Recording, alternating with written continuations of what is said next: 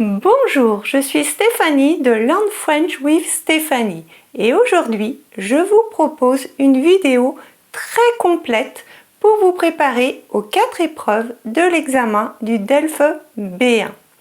Dans cette vidéo, j'ai compilé toutes les vidéos que j'ai publiées sur le DELF B1 dans un ordre logique et pédagogique pour vous aider à réussir votre examen. Je vous ai également préparé un livret gratuit en format PDF qui correspond aux leçons de la vidéo. Il vous aidera à préparer chaque épreuve étape par étape. Vous pouvez le télécharger gratuitement en cliquant sur le lien dans le premier commentaire.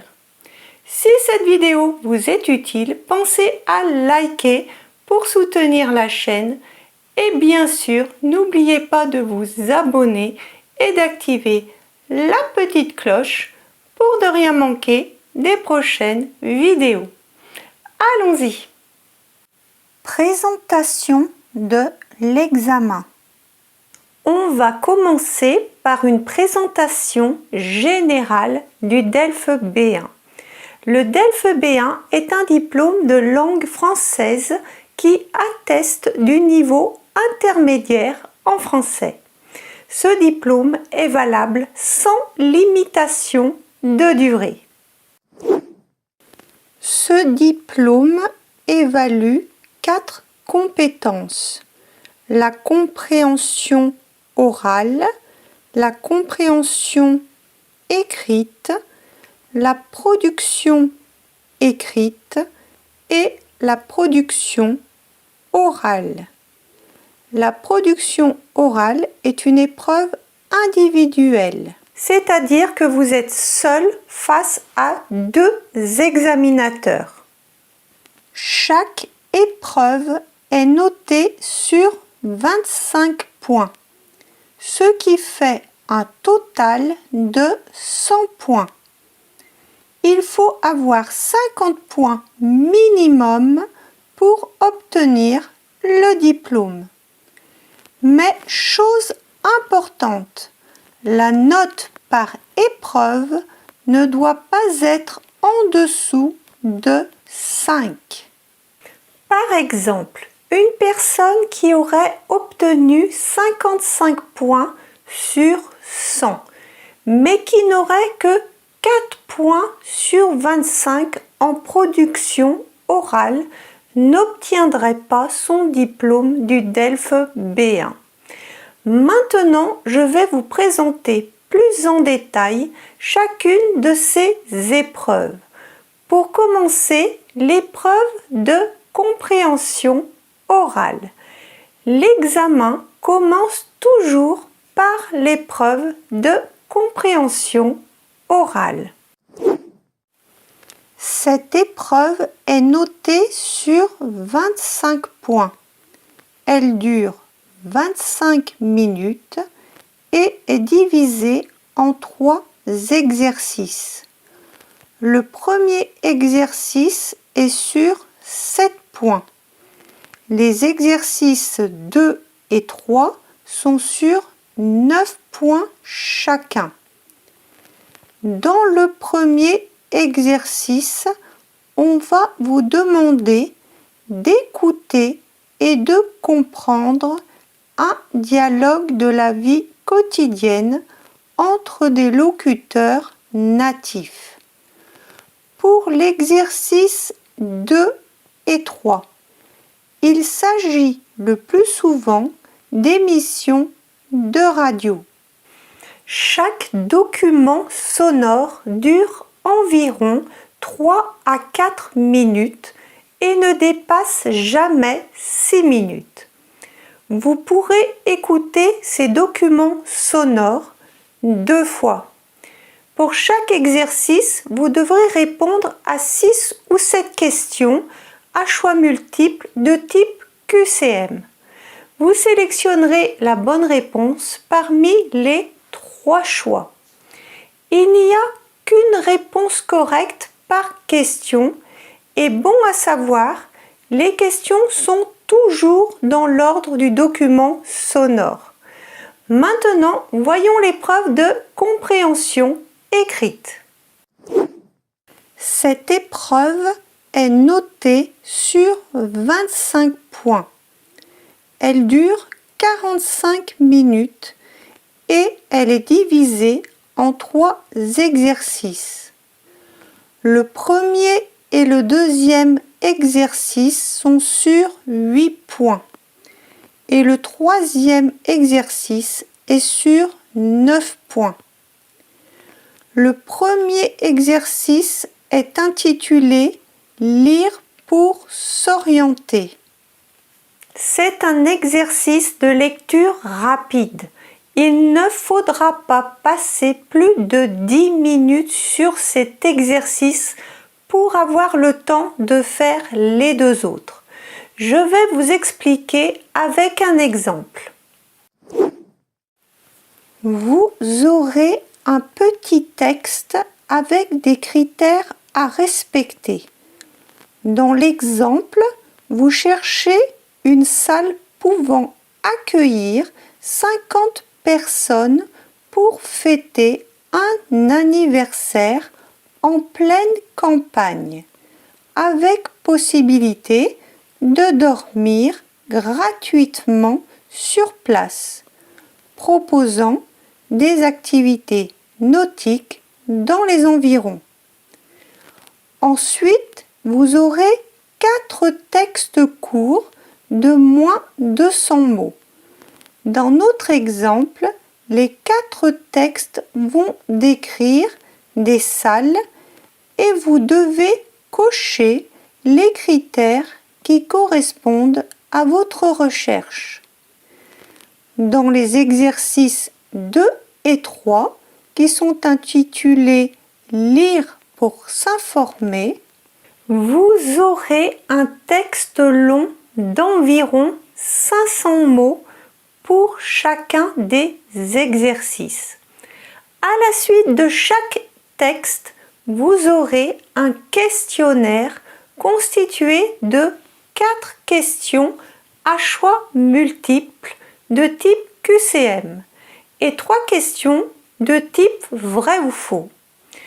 Je vous conseille pour l'épreuve de compréhension écrite de prévoir des surligneurs pour surligner les informations dont vous aurez besoin. Maintenant, voyons l'épreuve de production écrite. Cette épreuve est notée sur 25 points et elle dure 45 minutes. Souvent, on vous demande d'écrire une lettre, mais on peut vous demander aussi d'écrire un article, par exemple un article de journal, ou on peut aussi vous demander d'écrire un essai. C'est un texte qui peut paraître, par exemple, sur un réseau social.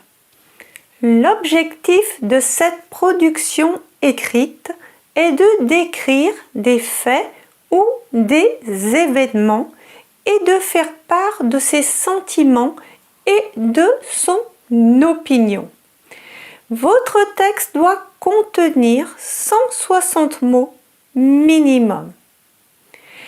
Et pour finir, voyons ensemble l'épreuve de production orale. Cette épreuve est notée sur 25 points. Elle dure 15 minutes environ et elle est divisée en 3 exercices.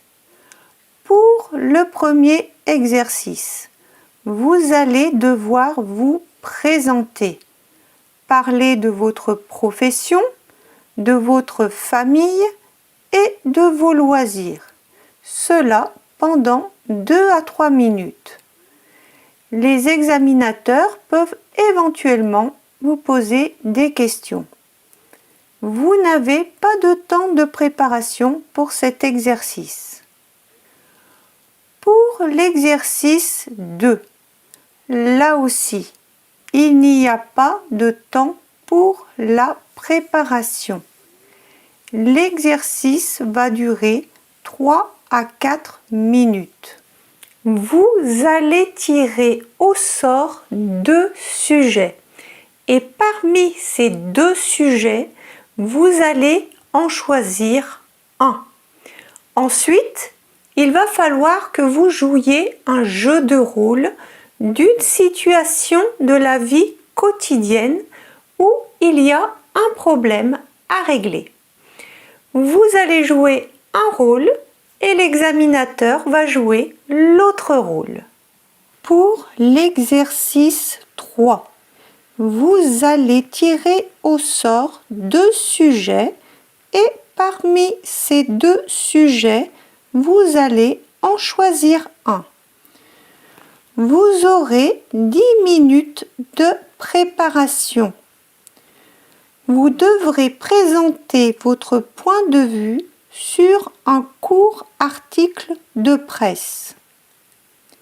Ces 3 exercices sont notés sur un total de 13 points.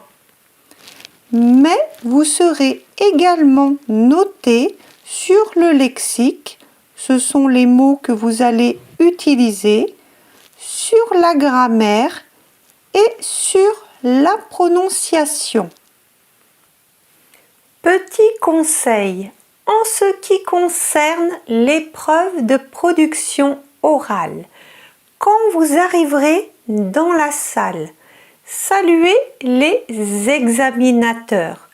Attendez qu'on vous demande de vous asseoir, soyez souriant et lorsque vous avez fini votre épreuve, remerciez et dites au revoir.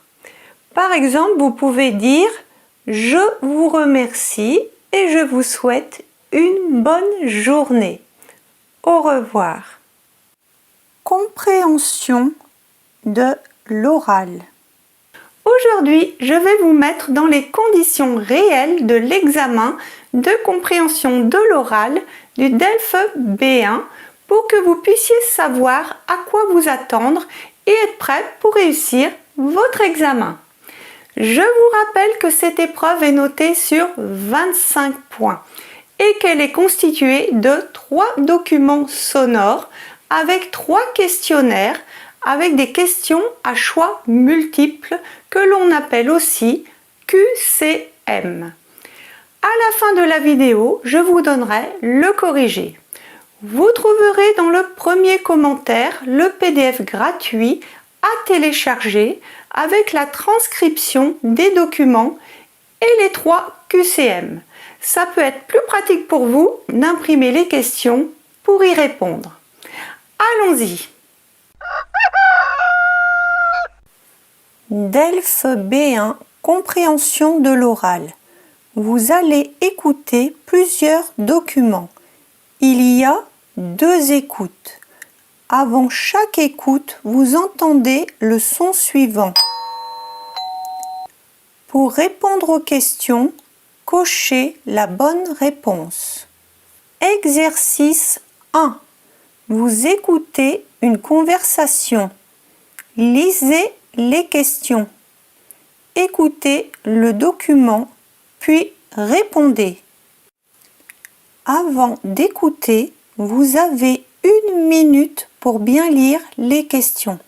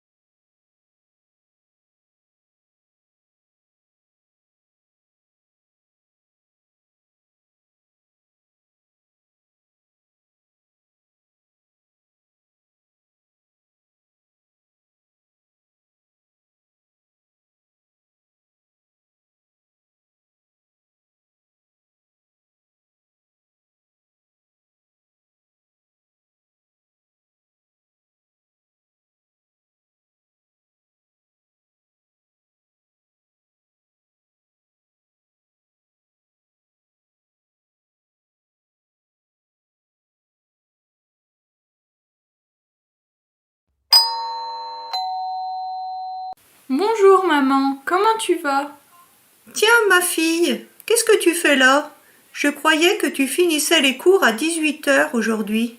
Mais je t'ai dit hier que je rentrais plus tôt parce que ma prof d'allemand n'est pas là aujourd'hui. Tu t'en souviens?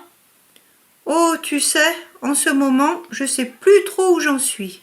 Tiens, hier, j'avais rendez-vous chez le dentiste à 10 heures et j'avais complètement oublié. Quand la secrétaire m'a appelé, j'avais vraiment l'air bête. C'est incroyable. Je ne comprends pas ce qui m'arrive. Oh, c'est peut-être juste un peu de fatigue. Tu prends bien les médicaments que le médecin t'a prescrits? Mais oui, mais c'est pas ça. Je me sens bien.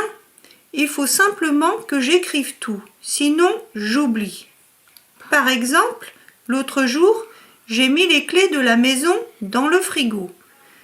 J'ai passé 1 heure à les chercher partout. Et finalement, je les ai retrouvées dans le bac à légumes. Et la semaine dernière, je suis allée faire des courses. J'avais fait une liste pour ne rien oublier, mais j'ai oublié la liste sur la table de la cuisine. T'inquiète pas, avec tout ce que tu as en tête en ce moment, c'est normal que tu sois un peu perdu. Ça va s'arranger, ne te fais pas de soucis. J'ai que 50 ans. Ce n'est pas normal. Je suis encore jeune. Peut-être que je perds vraiment la mémoire. Ne t'inquiète pas, on n'en est pas là.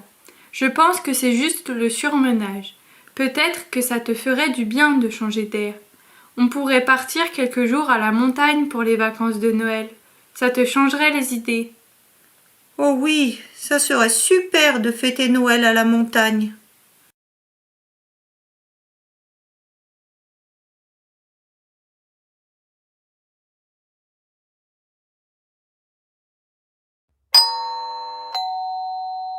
Bonjour maman, comment tu vas?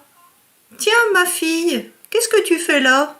Je croyais que tu finissais les cours à 18 heures aujourd'hui. Mais je t'ai dit hier que je rentrais plus tôt parce que ma prof d'allemand n'est pas là aujourd'hui. Tu t'en souviens? Oh, tu sais, en ce moment, je sais plus trop où j'en suis.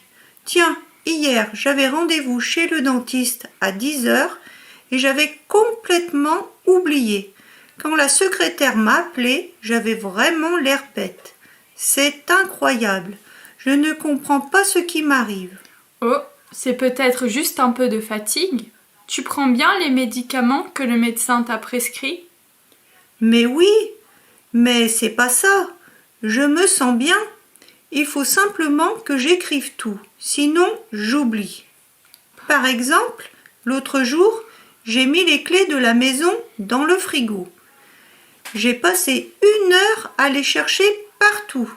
Et finalement, je les ai retrouvées dans le bac à légumes. Et la semaine dernière, je suis allée faire des courses. J'avais fait une liste pour ne rien oublier, mais j'ai oublié la liste sur la table de la cuisine. T'inquiète pas, avec tout ce que tu as en tête en ce moment, c'est normal que tu sois un peu perdu. Ça va s'arranger, ne te fais pas de soucis. J'ai que 50 ans. Ce n'est pas normal. Je suis encore jeune. Peut-être que je perds vraiment la mémoire. Ne t'inquiète pas, on n'en est pas là. Je pense que c'est juste le surmenage. Peut-être que ça te ferait du bien de changer d'air. On pourrait partir quelques jours à la montagne pour les vacances de Noël. Ça te changerait les idées. Oh oui, ça serait super de fêter Noël à la montagne.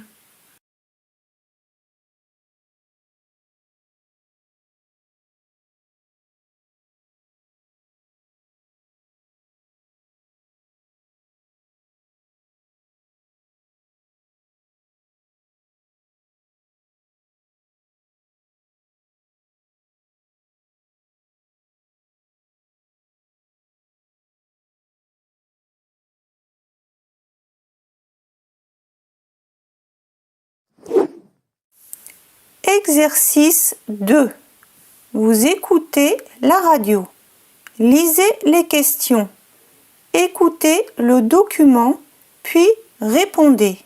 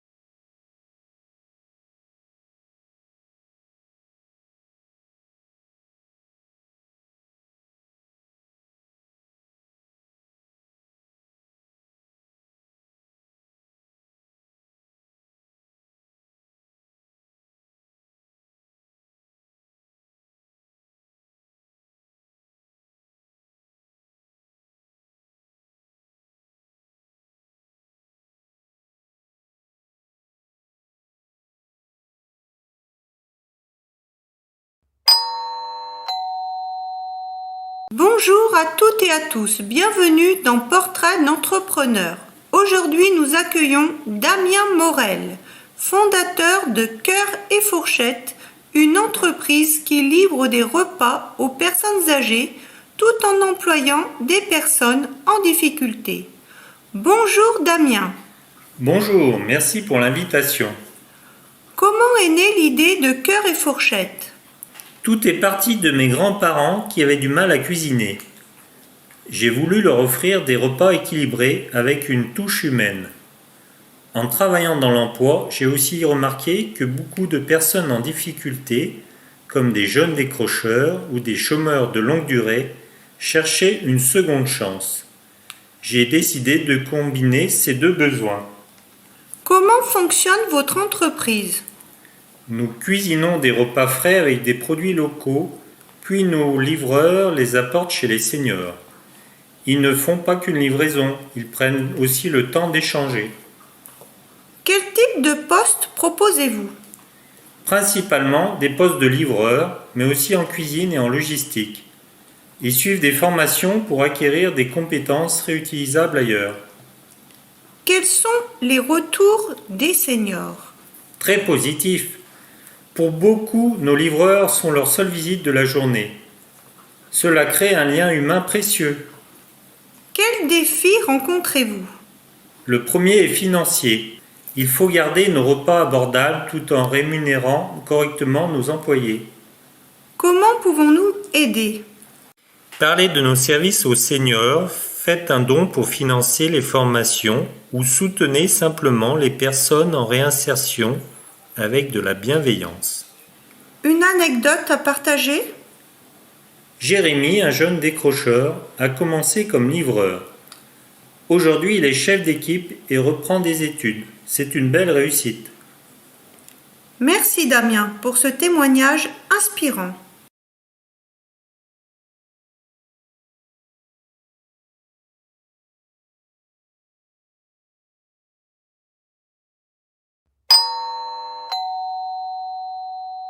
Bonjour à toutes et à tous, bienvenue dans Portrait d'entrepreneur. Aujourd'hui, nous accueillons Damien Morel, fondateur de Cœur et Fourchette, une entreprise qui livre des repas aux personnes âgées tout en employant des personnes en difficulté. Bonjour Damien. Bonjour, merci pour l'invitation. Comment est née l'idée de Cœur et Fourchette? Tout est parti de mes grands-parents qui avaient du mal à cuisiner. J'ai voulu leur offrir des repas équilibrés avec une touche humaine. En travaillant dans l'emploi, j'ai aussi remarqué que beaucoup de personnes en difficulté, comme des jeunes décrocheurs ou des chômeurs de longue durée, cherchaient une seconde chance. J'ai décidé de combiner ces deux besoins. Comment fonctionne votre entreprise? Nous cuisinons des repas frais avec des produits locaux, puis nos livreurs les apportent chez les seniors. Ils ne font pas qu'une livraison, ils prennent aussi le temps d'échanger. Quel type de poste proposez-vous? Principalement des postes de livreurs, mais aussi en cuisine et en logistique. Ils suivent des formations pour acquérir des compétences réutilisables ailleurs. Quels sont les retours des seniors? Très positif. Pour beaucoup, nos livreurs sont leur seule visite de la journée. Cela crée un lien humain précieux. Quels défis rencontrez-vous? Le premier est financier. Il faut garder nos repas abordables tout en rémunérant correctement nos employés. Comment pouvons-nous aider? Parlez de nos services aux seniors, faites un don pour financer les formations ou soutenez simplement les personnes en réinsertion avec de la bienveillance. Une anecdote à partager? Jérémy, un jeune décrocheur, a commencé comme livreur. Aujourd'hui, il est chef d'équipe et reprend des études. C'est une belle réussite. Merci Damien pour ce témoignage inspirant.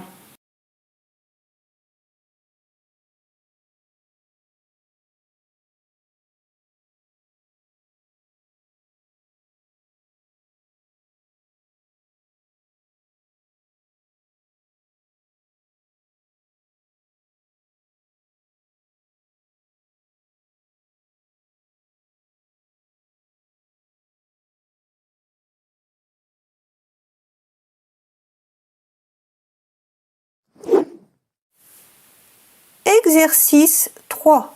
Vous écoutez la radio. Lisez les questions. Écoutez le document, puis répondez.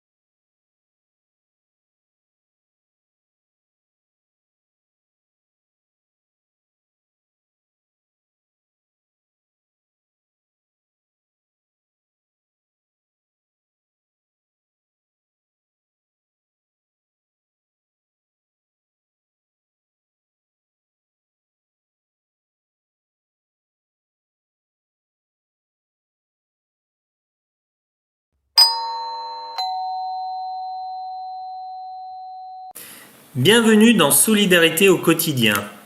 Aujourd'hui, nous parlons de l'accompagnement des personnes atteintes de trisomie 21 avec Claire Dupont, fondatrice de Ensemble pour la différence.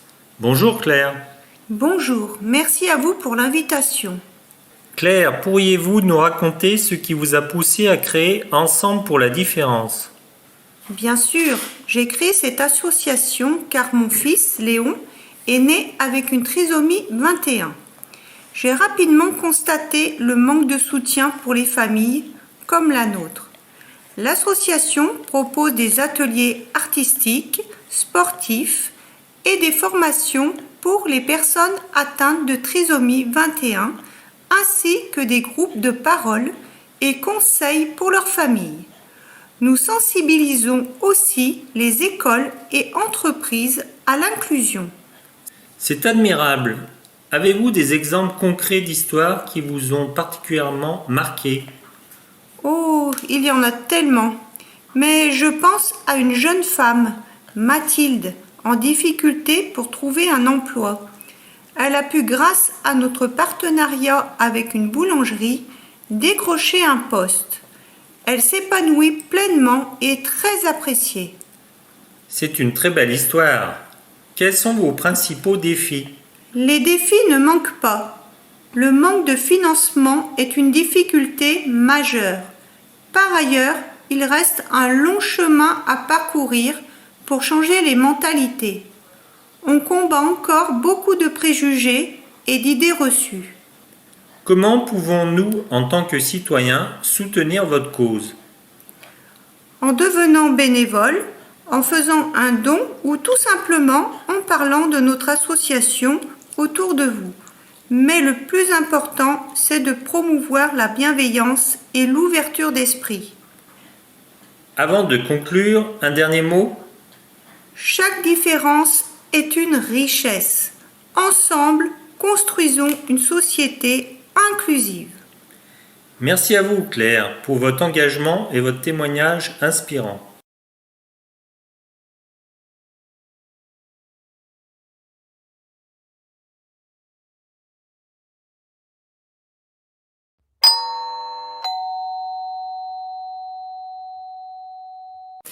Bienvenue dans Solidarité au quotidien. Aujourd'hui, nous parlons de l'accompagnement des personnes atteintes de trisomie 21 avec Claire Dupont, fondatrice de Ensemble pour la différence. Bonjour Claire. Bonjour, merci à vous pour l'invitation.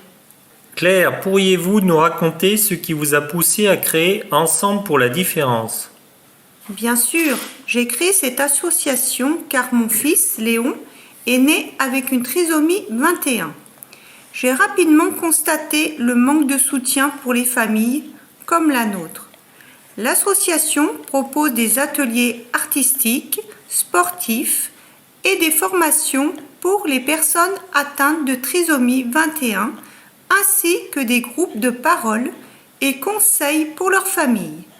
Nous sensibilisons aussi les écoles et entreprises à l'inclusion. C'est admirable. Avez-vous des exemples concrets d'histoires qui vous ont particulièrement marqué? Oh, il y en a tellement. Mais je pense à une jeune femme, Mathilde, en difficulté pour trouver un emploi. Elle a pu, grâce à notre partenariat avec une boulangerie, décrocher un poste. Elle s'épanouit pleinement et est très appréciée. C'est une très belle histoire. Quels sont vos principaux défis? Les défis ne manquent pas. Le manque de financement est une difficulté majeure. Par ailleurs, il reste un long chemin à parcourir pour changer les mentalités. On combat encore beaucoup de préjugés et d'idées reçues. Comment pouvons-nous, en tant que citoyens, soutenir votre cause? En devenant bénévole, en faisant un don ou tout simplement en parlant de notre association autour de vous. Mais le plus important, c'est de promouvoir la bienveillance et l'ouverture d'esprit. Avant de conclure, un dernier mot? Chaque différence est une richesse. Ensemble, construisons une société inclusive. Merci à vous, Claire, pour votre engagement et votre témoignage inspirant.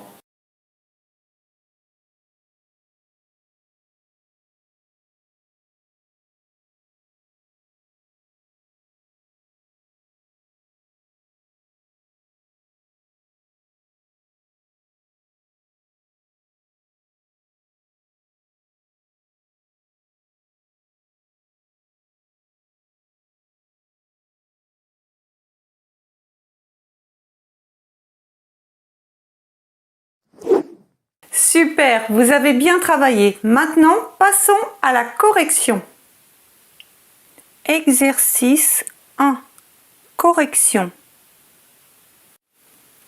Vous verrez que dans l'examen du DELF B1, vous ne retrouverez pas toujours les mots du texte dans les réponses aux questions. Les mots seront souvent remplacés par des synonymes ou exprimés d'une autre manière. Bonjour maman, comment tu vas? Tiens, ma fille, qu'est-ce que tu fais là? Je croyais que tu finissais les cours à 18h aujourd'hui. La mère est étonnée parce que sa fille est rentrée plus tôt de l'école. Réponse A. On sait qu'elle était à l'école car la mère dit les cours. Les cours, c'est l'enseignement donné à l'école par des professeurs. Mais je t'ai dit hier que je rentrais plus tôt parce que ma prof d'allemand n'est pas là aujourd'hui. Tu t'en souviens? Oh, tu sais, en ce moment, je sais plus trop où j'en suis. Tiens, hier, j'avais rendez-vous chez le dentiste à 10h et j'avais complètement oublié. Quand la secrétaire m'a appelé, j'avais vraiment l'air bête.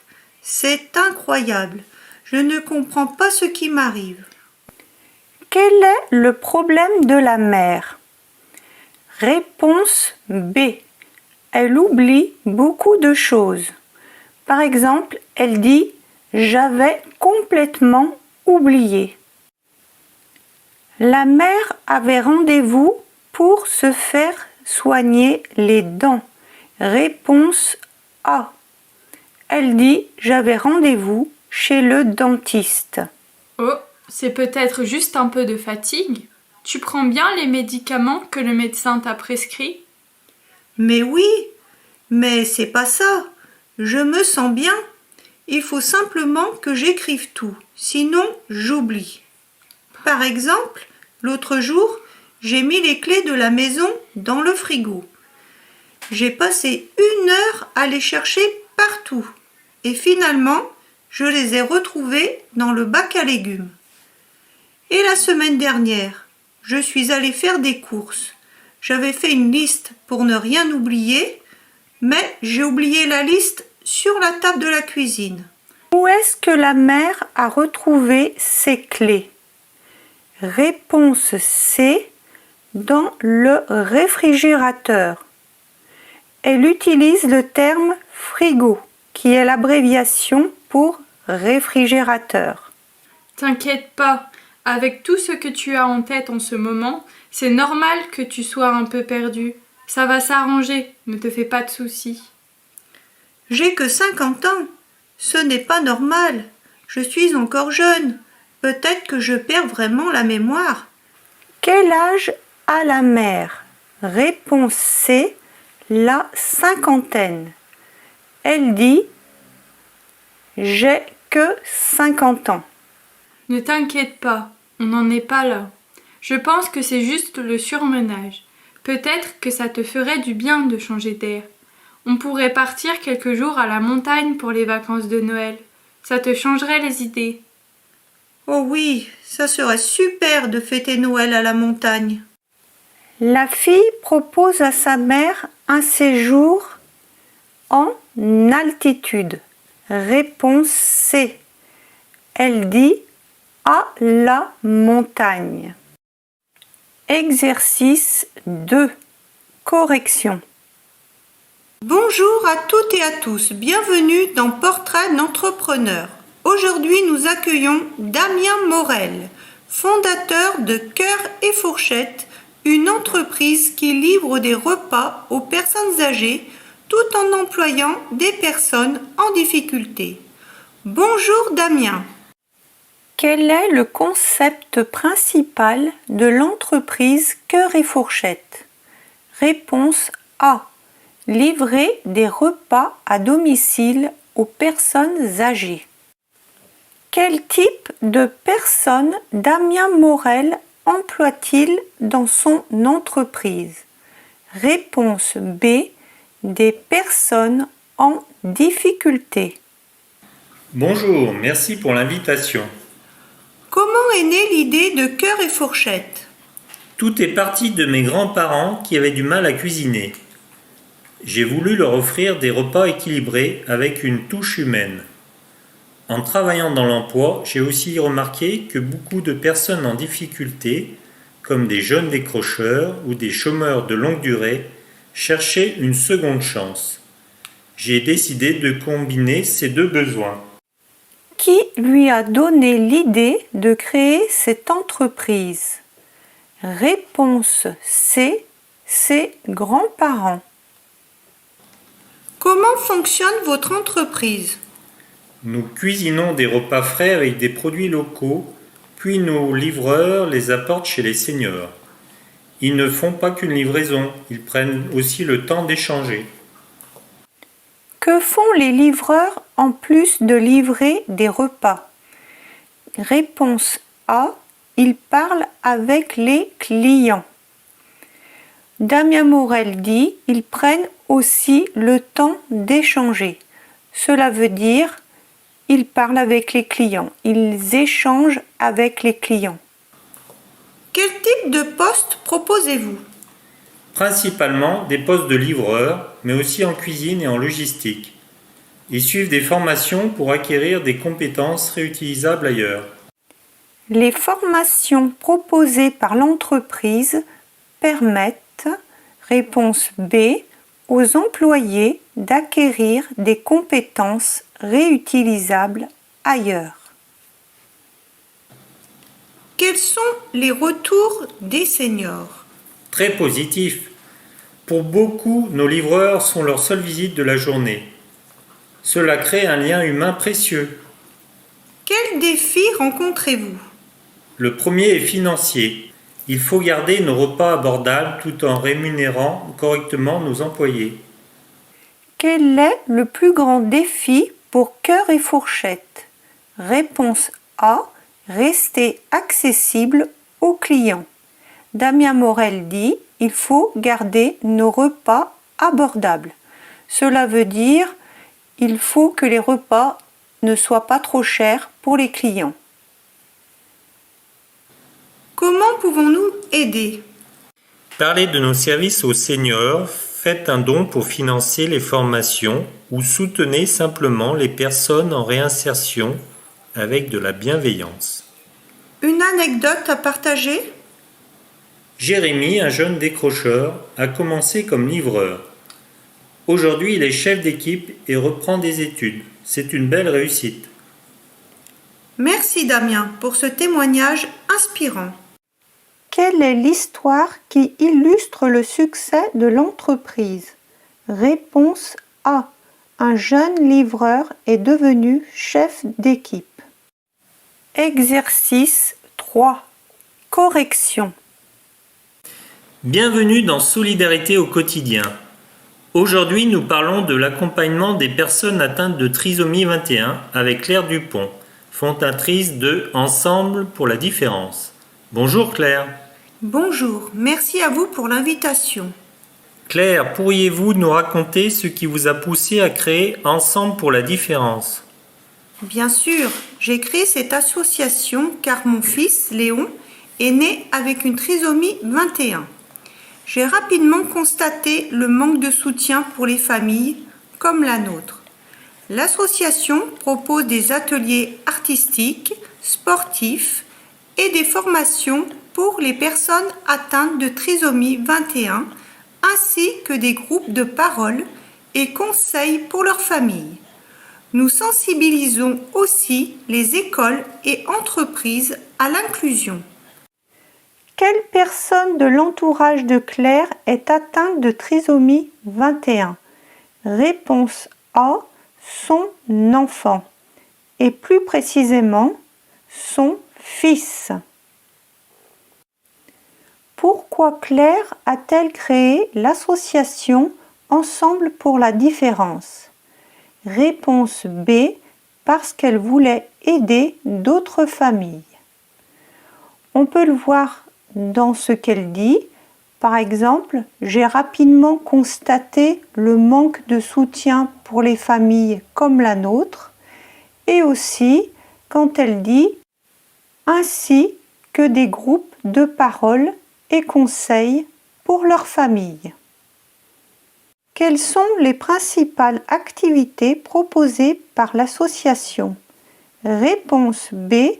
Offrir des formations et sensibiliser à l'inclusion. Elle le dit dans la phrase « L'association propose des ateliers artistiques, sportifs et des formations ». Et aussi dans la dernière phrase, nous sensibilisons aussi les écoles et entreprises à l'inclusion. C'est admirable. Avez-vous des exemples concrets d'histoires qui vous ont particulièrement marqué ? Oh, il y en a tellement. Mais je pense à une jeune femme, Mathilde, en difficulté pour trouver un emploi. Elle a pu, grâce à notre partenariat avec une boulangerie, décrocher un poste. Elle s'épanouit pleinement et est très appréciée. Quelle histoire a particulièrement marqué Claire? Réponse B. Une femme qui a trouvé un emploi dans une boulangerie. C'est une très belle histoire. Quels sont vos principaux défis ? Les défis ne manquent pas. Le manque de financement est une difficulté majeure. Par ailleurs, il reste un long chemin à parcourir pour changer les mentalités. On combat encore beaucoup de préjugés et d'idées reçues. Quelles difficultés principales l'association rencontre-t-elle? Réponse B. Lutter contre les préjugés et le manque de financement. Comment pouvons-nous, en tant que citoyens, soutenir votre cause ? En devenant bénévole, en faisant un don ou tout simplement en parlant de notre association autour de vous. Mais le plus important, c'est de promouvoir la bienveillance et l'ouverture d'esprit. Comment les citoyens peuvent-ils aider l'association? Réponse A. En aidant financièrement ou en devenant bénévole. Elle le dit dans la première phrase, en devenant bénévole, en faisant un don. Faire un don, c'est donner une aide financière, en aidant financièrement. Ok? Avant de conclure, un dernier mot ? Chaque différence est une richesse. Ensemble, construisons une société inclusive. Merci à vous, Claire, pour votre engagement et votre témoignage inspirant. Quel est le message final de Claire? Réponse A. La différence est une force pour la société. Elle le dit en disant « chaque différence est une richesse ». Compréhension des écrits. Pour rappel, cette épreuve est notée sur 25 points, elle dure 45 minutes et comporte 3 exercices. Nous allons faire ensemble les exercices de l'épreuve de compréhension écrite, mais avant toute chose, je voulais vous donner 4 recommandations très importantes pour mettre toutes les chances de votre côté pour réussir l'examen de compréhension écrite. La première recommandation est que dès que vous avez terminé votre exercice de compréhension orale, commencez tout de suite la compréhension écrite. N'attendez pas que l'on vous dise que l'épreuve de compréhension orale est terminée. Ne perdez pas de temps et commencez le plus tôt possible votre premier exercice de compréhension écrite. OK? Deuxième recommandation. Pour cette épreuve de compréhension écrite, vous avez besoin d'un stylo. En effet, pour cocher les cases, pour répondre aux questions, vous devez impérativement écrire au stylo. Sinon, vos réponses ne seront pas comptabilisées. En d'autres termes, vous aurez 0. Donc attention de bien répondre au stylo. Troisième recommandation. Je vous conseille également de prévoir un surligneur et un crayon à papier pour écrire les éléments pour vous, qui vous serviront à répondre. Mais à répondre au stylo, ok? Quatrième recommandation, très importante. Pour l'ensemble de l'épreuve de compréhension de l'écrit, ne cochez qu'une seule réponse par question. Et si vous ne connaissez pas la réponse, je vous conseille de cocher une case au hasard. Si vous avez une mauvaise réponse, vous ne perdez pas de points. Donc cochez une case et vous aurez peut-être la chance d'avoir coché la bonne réponse. D'accord? C'est parti pour le premier exercice. Ici, vous avez des critères. Vous cherchez un restaurant sur votre lieu de vacances pour manger avec votre famille. Vos critères sont les suivants. Cuisine française. Prix du menu inférieur à 25 €. Ouvert le lundi à midi dans le centre-ville. Vous aurez 4 petites annonces à lire de moins de 100 mots. Pour chaque annonce, cochez oui si cela correspond aux critères et non si cela ne correspond pas. Ce que je vous conseille, c'est de noter au crayon à papier les détails à côté de chaque critère. Par exemple, française pour cuisine. Moins de 25 € pour prix. Lundi à côté de jour. Centre-ville pour situation. Ici, vous avez un premier texte. C'est là que vous allez avoir besoin de votre surligneur. Prenez le temps de lire chaque mot pour bien prendre en compte toutes les informations et de surligner les critères dans le texte. Vous pouvez appuyer sur pause et télécharger le PDF qui est dans le premier commentaire et imprimer tous les exercices si vous le pouvez. Alors, notre texte chez Jojo.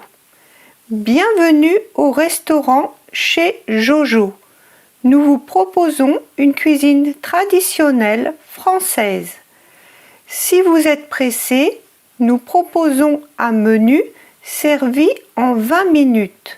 Salade, plat, dessert. pour 19 €. Le restaurant est ouvert tous les jours sauf le lundi.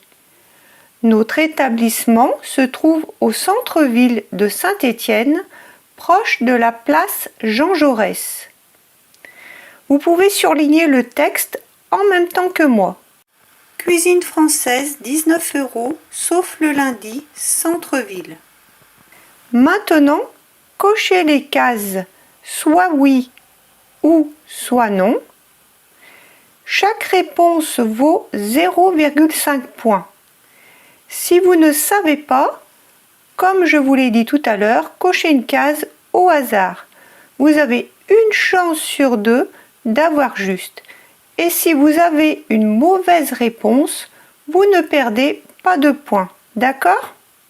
Une cuisine traditionnelle française. Donc, la réponse est oui. 19 €. C'est en dessous de 25 €. Donc, oui. Le restaurant est ouvert tous les jours, sauf le lundi. Donc, c'est non. Car nous, on veut justement y aller le lundi. Attention, il faut lire la phrase jusqu'au bout, car si on ne lit pas lundi, on répond oui au lieu de non. C'est pour cela que je vous dis de lire attentivement, d'accord ? Centre-ville pour situation, donc c'est oui. Vous allez faire le prochain exercice seul et on corrigera après. Là aussi, vous pouvez imprimer le PDF gratuit. Le lien est dans le premier commentaire. Ça peut être pratique si vous voulez surligner le texte, écrire au crayon les critères, puis répondre aux questions. Je vous laisse appuyer sur pause si vous pouvez imprimer. Je vais te citer les étapes et ensuite vous aurez 2 minutes pour faire l'exercice.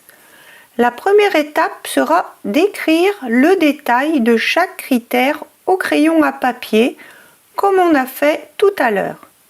Ensuite, vous pourrez surligner le texte ou regarder si tu ne peux pas imprimer. Et enfin, tu pourras cocher les cases. Je te laisse pendant 2 minutes.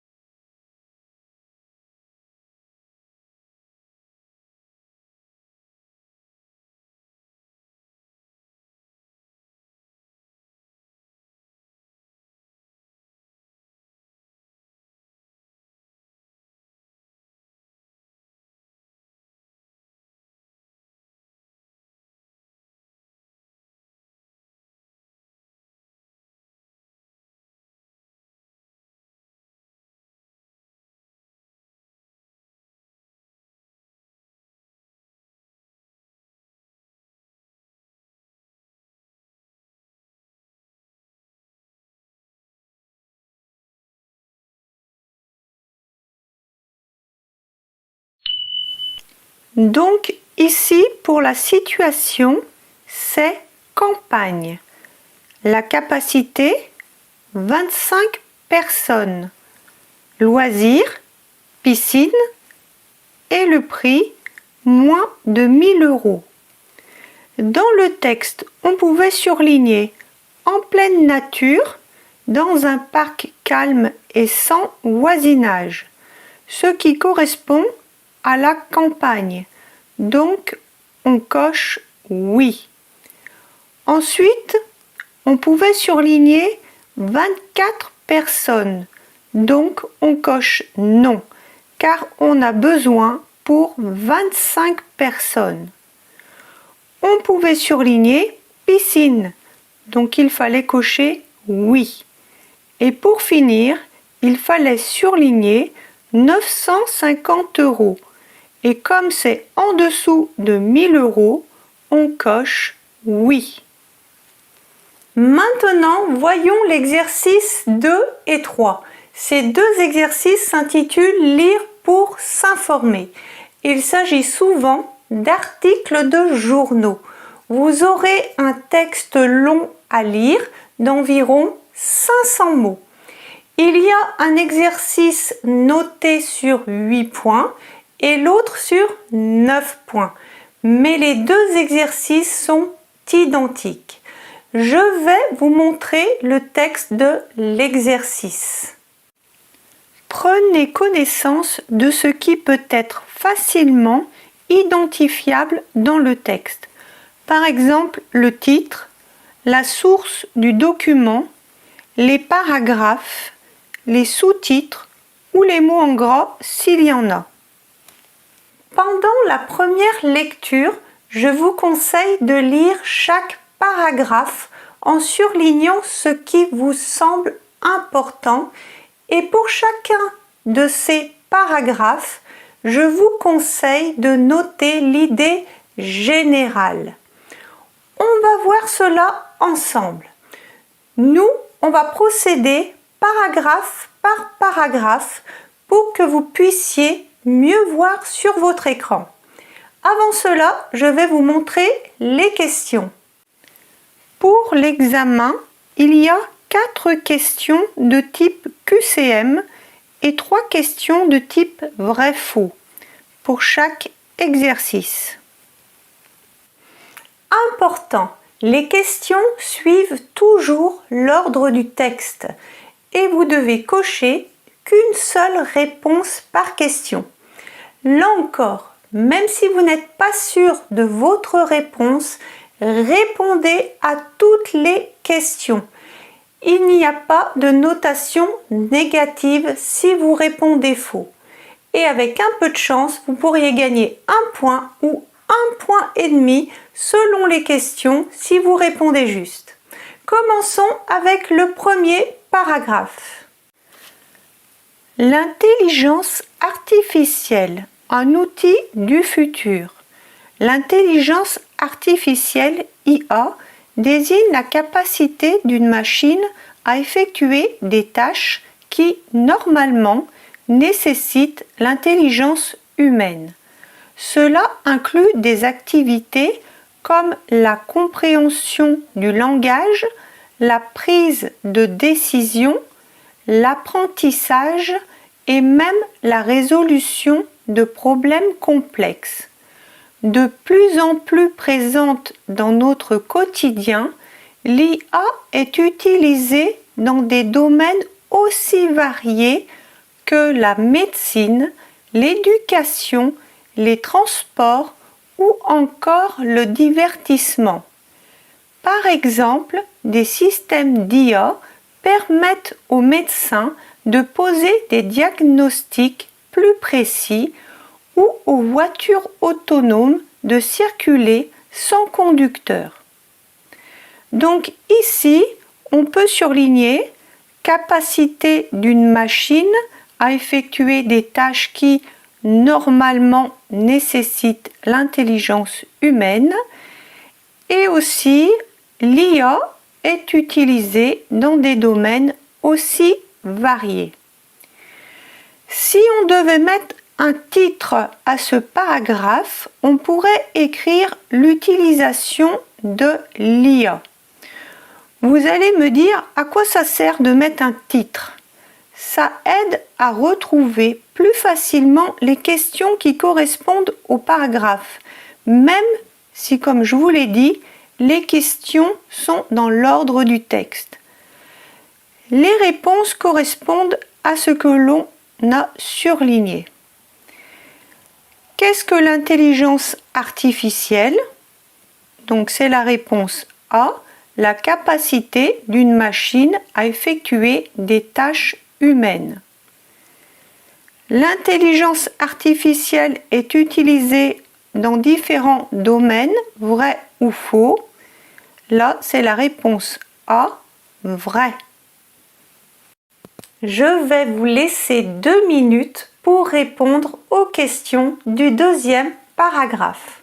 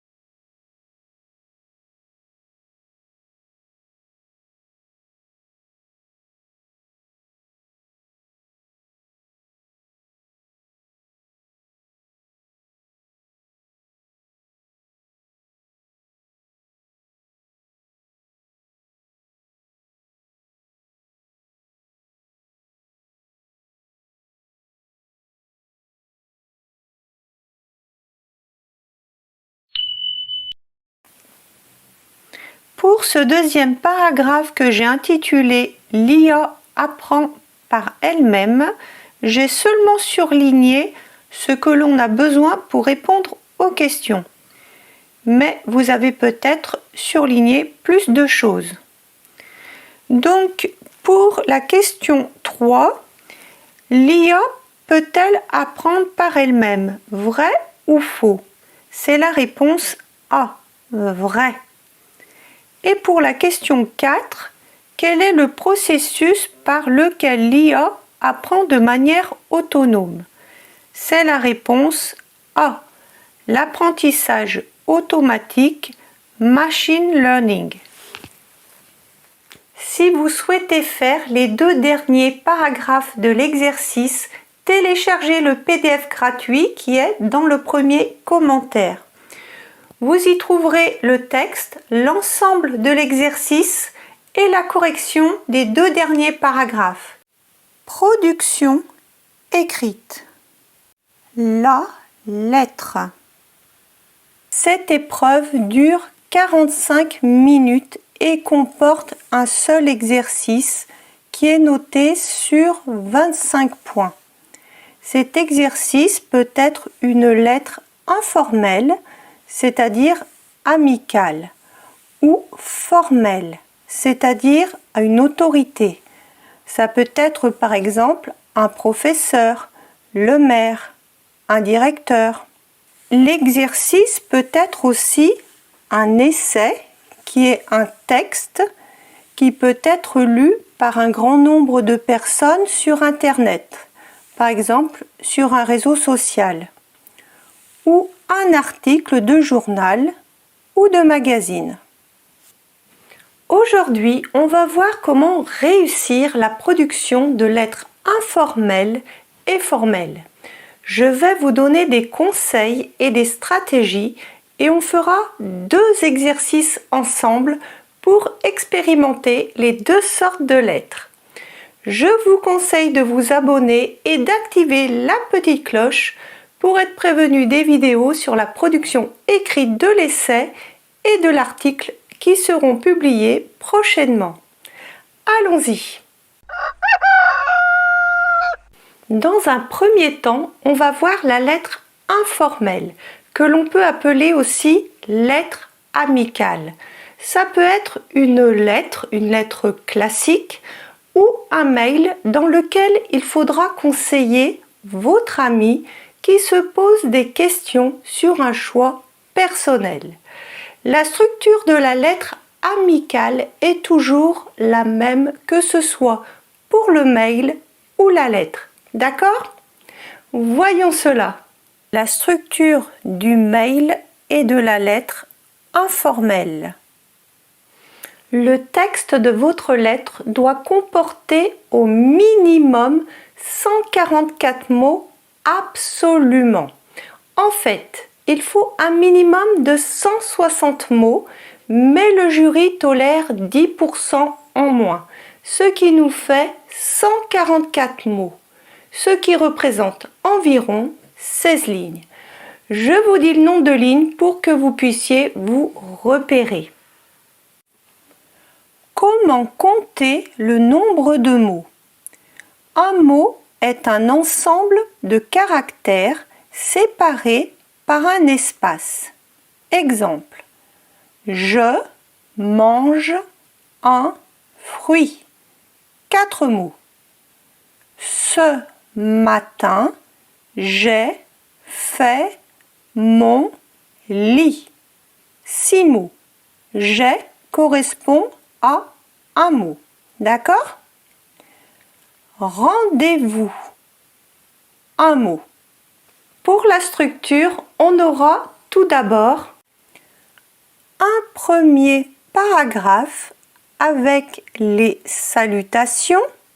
Ça peut être salut, coucou, l'introduction, par exemple, j'espère que tu vas bien, merci pour ton mail, je suis contente d'avoir de tes nouvelles, ou si vous êtes un homme, je suis content d'avoir de tes nouvelles. Comme votre ami se pose une question sur un choix personnel, vous pouvez ajouter suivant la situation: je vois que tu hésites et c'est normal, c'est une super idée. Les expériences. Vous allez raconter des faits et dire vos sentiments. Vous pouvez vous inventer une expérience. Pendant le DELF, vous n'êtes pas obligé de dire la vérité. Ensuite, il y a différents plans. Avantages, inconvénients, pour, contre. Ensuite, on aura un deuxième paragraphe avec les avantages ou le pour. Puis un troisième paragraphe avec les inconvénients ou le contre. La conclusion, par exemple, j'espère que mon expérience t'aidera à prendre ta décision. C'est pourquoi je suis plutôt favorable à ton idée. Les salutations, je t'embrasse, bisous, gros bisous. Et la signature, s'il n'y a pas de prénom dans le mail auquel vous répondez, comme par exemple « Salut Julie », vous inventerez un prénom. Ne pas utiliser votre prénom et votre nom, car votre copie doit rester anonyme. Pour exprimer les avantages et les inconvénients, ou le pour, le contre, vous allez avoir besoin de connecteurs logiques. Tout d'abord, pour commencer, de plus, ensuite, en effet, enfin, finalement, cependant, même si. Il est important de bien structurer votre texte pour avoir le maximum de points. Il faudra donc sauter une ligne entre chaque paragraphe et aller à la ligne après chaque sous-paragraphe. C'est-à-dire, après les salutations, vous allez à la ligne. Après l'introduction, vous allez à la ligne. D'accord ? Vous pouvez imprimer la structure du mail et de la lettre informelle pour l'avoir sous les yeux lorsque nous ferons l'exercice. Le lien pour télécharger le PDF est dans le premier commentaire. Avant de faire l'exercice, on va voir comment bien gérer votre temps. Prenez 10 minutes pour lire très attentivement la consigne. Élaborez votre plan et notez vos idées au brouillon. Ensuite, prenez 30 minutes pour rédiger votre texte.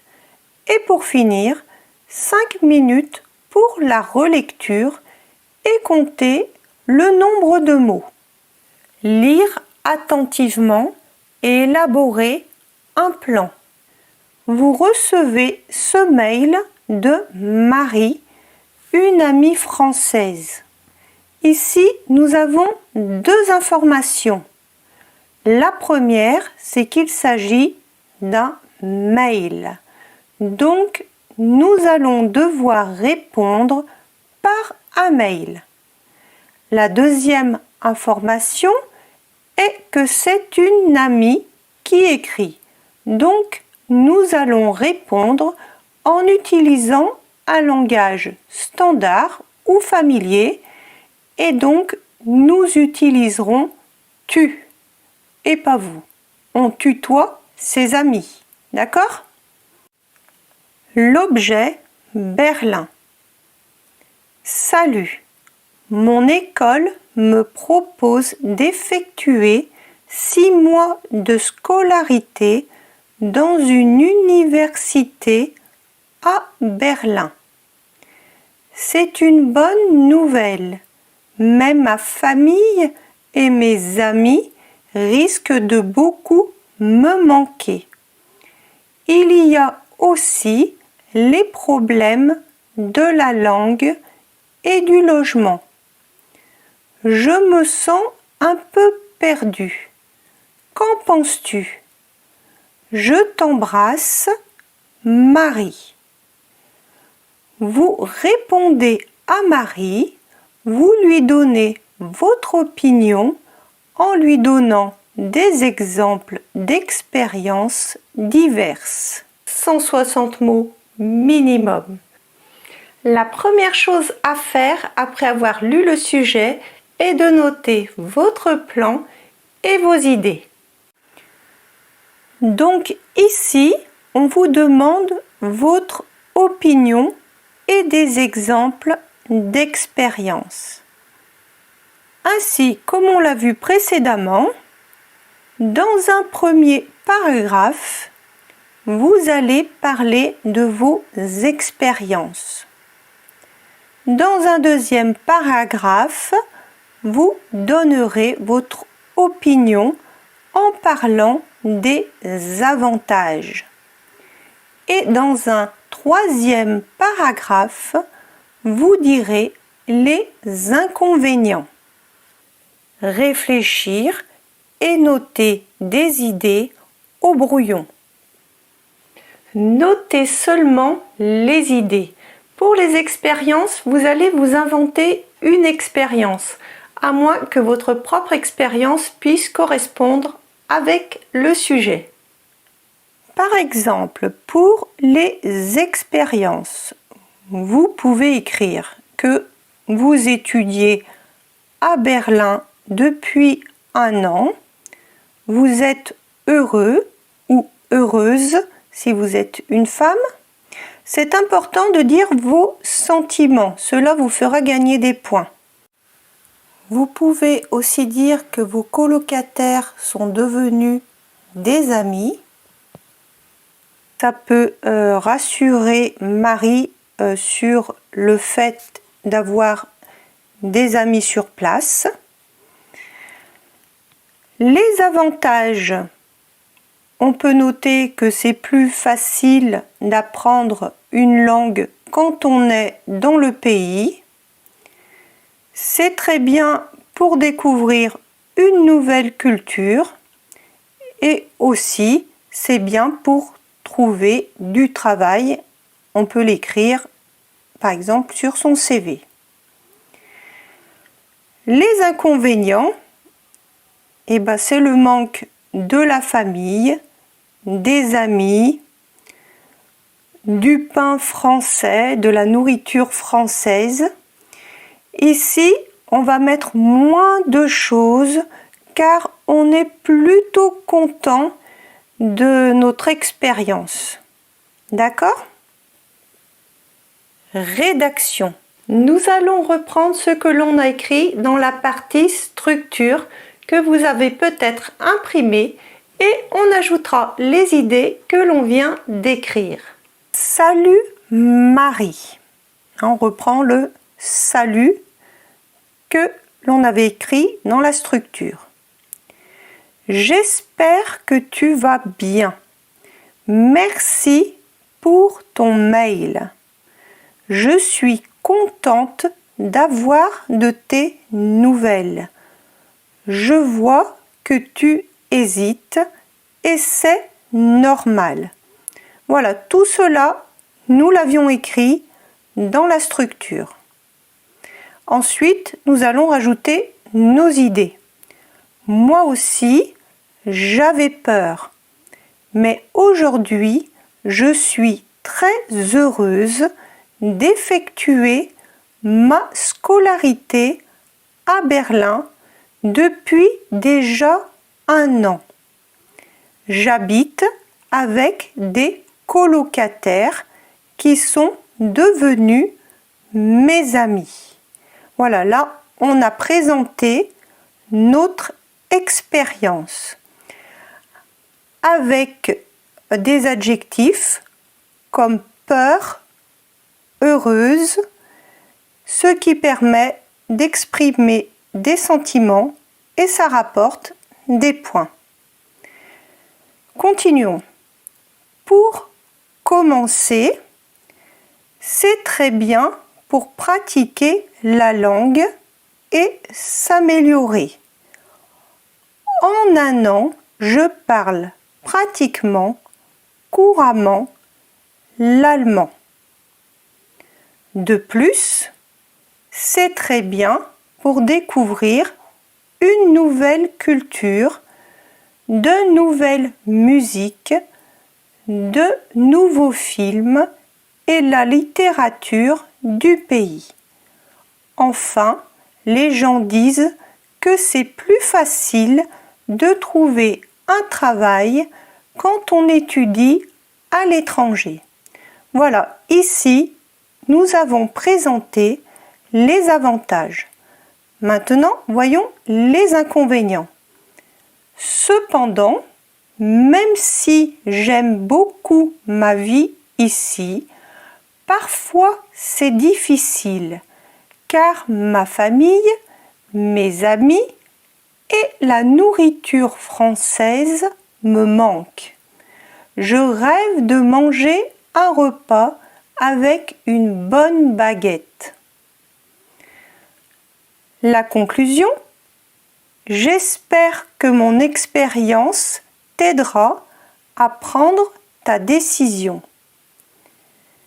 Les salutations, je t'embrasse. La signature, Julie. Vous pouvez remarquer les espaces entre chaque paragraphe. Donc là, il faudra compter votre nombre de mots et l'écrire dans la case en bas de votre copie. Lors du DELF B1, on peut aussi vous demander d'écrire une lettre formelle. La structure du mail et de la lettre formelle. Pour la lettre formelle, il n'est pas nécessaire d'écrire la date, le nom et l'adresse du destinataire, car cette mise en page est non notée et non obligatoire. D'accord ? Le texte de votre lettre doit comporter 160 mots minimum. Pour la structure, on aura tout d'abord la formule d'appel Monsieur, Monsieur le directeur, Madame la directrice, ou quand on ne sait pas si c'est Monsieur ou Madame, nous pouvons écrire Madame, Monsieur. Présentez-vous et expliquez la raison de votre lettre. Il va falloir dire pourquoi vous écrivez, d'accord ? Il s'agit d'une lettre formelle, donc vous utiliserez le vouvoiement. Vous direz vous et pas tu, d'accord ? Pour une lettre de protestation, vous pourrez dire par exemple « En tant que représentant des parents d'élèves, je me permets de vous écrire pour contester votre décision de supprimer la cantine. » Pour une lettre de demande, vous pouvez écrire « Je me permets de vous écrire au nom de mes collègues afin de mettre en place une journée d'accueil pour les nouveaux arrivants dans l'entreprise. » Vous pourrez aussi écrire pour adresser une candidature « Je me permets de vous écrire pour vous adresser ma candidature pour le poste de responsable d'animation, par exemple. » Développez vos arguments. Là, vous aurez besoin des connecteurs logiques. Par exemple, tout d'abord, et vous ajouterez votre argument numéro 1. De plus, et vous ajouterez votre deuxième argument. Enfin, et vous ajouterez votre troisième argument. Vous pouvez également utiliser ainsi, en effet, par conséquent. Conclusion. Vous pouvez écrire par exemple « Je vous remercie par avance de l'attention que vous porterez à ma demande ou à ma candidature et reste à votre disposition pour toute information complémentaire. » Ensuite, on aura la formule de politesse. La formule de politesse la plus utilisée est « Dans l'attente d'une réponse de votre part, je vous prie d'agréer, par exemple, Monsieur le directeur, l'expression de mes salutations distinguées. » Pour la signature, vous inventez un prénom et un nom, car votre copie doit rester anonyme. Vous devez l'écrire en bas à droite de votre lettre. Il est important de bien structurer votre lettre pour avoir le maximum de points. Il faudra donc sauter une ligne entre chaque partie. Vous pouvez imprimer la structure du mail et de la lettre formelle pour l'avoir sous les yeux lorsque nous ferons l'exercice. Le lien pour télécharger le PDF est dans le premier commentaire. Voyons maintenant l'exercice. Au sein de notre association, nous recherchons un éducateur sportif passionné et capable de transmettre sa passion aux adhérents. Vous aurez pour mission principale d'animer des cours de fitness pour un public adulte. Les cours seront donnés tous les soirs de 18h à 21h pour des groupes d'environ 30 personnes. Si cela vous intéresse, envoyez-nous une lettre de motivation. Vous êtes intéressé et vous envoyez une lettre de motivation. 160 mots minimum. Réfléchir et noter des idées au brouillon. Pour l'argument 1, vous pouvez dire que vous êtes passionné et que vous avez de l'expérience. Pour l'argument 2, on peut reprendre le texte de l'annonce où c'est écrit « Nous recherchons un éducateur sportif passionné et capable de transmettre sa passion aux adhérents ». Donc, vous pouvez écrire « J'ai pu constater que vous recherchez un éducateur sportif passionné et capable de transmettre sa passion aux adhérents » pour dire que vous correspondez à l'annonce. L'argument 3, on va écrire ce que vous pouvez apporter. Vous pouvez sauter une ligne entre chaque argument. Rédaction. Nous allons reprendre ce que l'on a écrit dans la partie structure que vous avez peut-être imprimé et on ajoutera les idées que l'on vient d'écrire. Madame, monsieur. Donc, on reprend les phrases de la structure. Je me permets de vous écrire pour vous adresser ma candidature pour le poste d'éducateur sportif.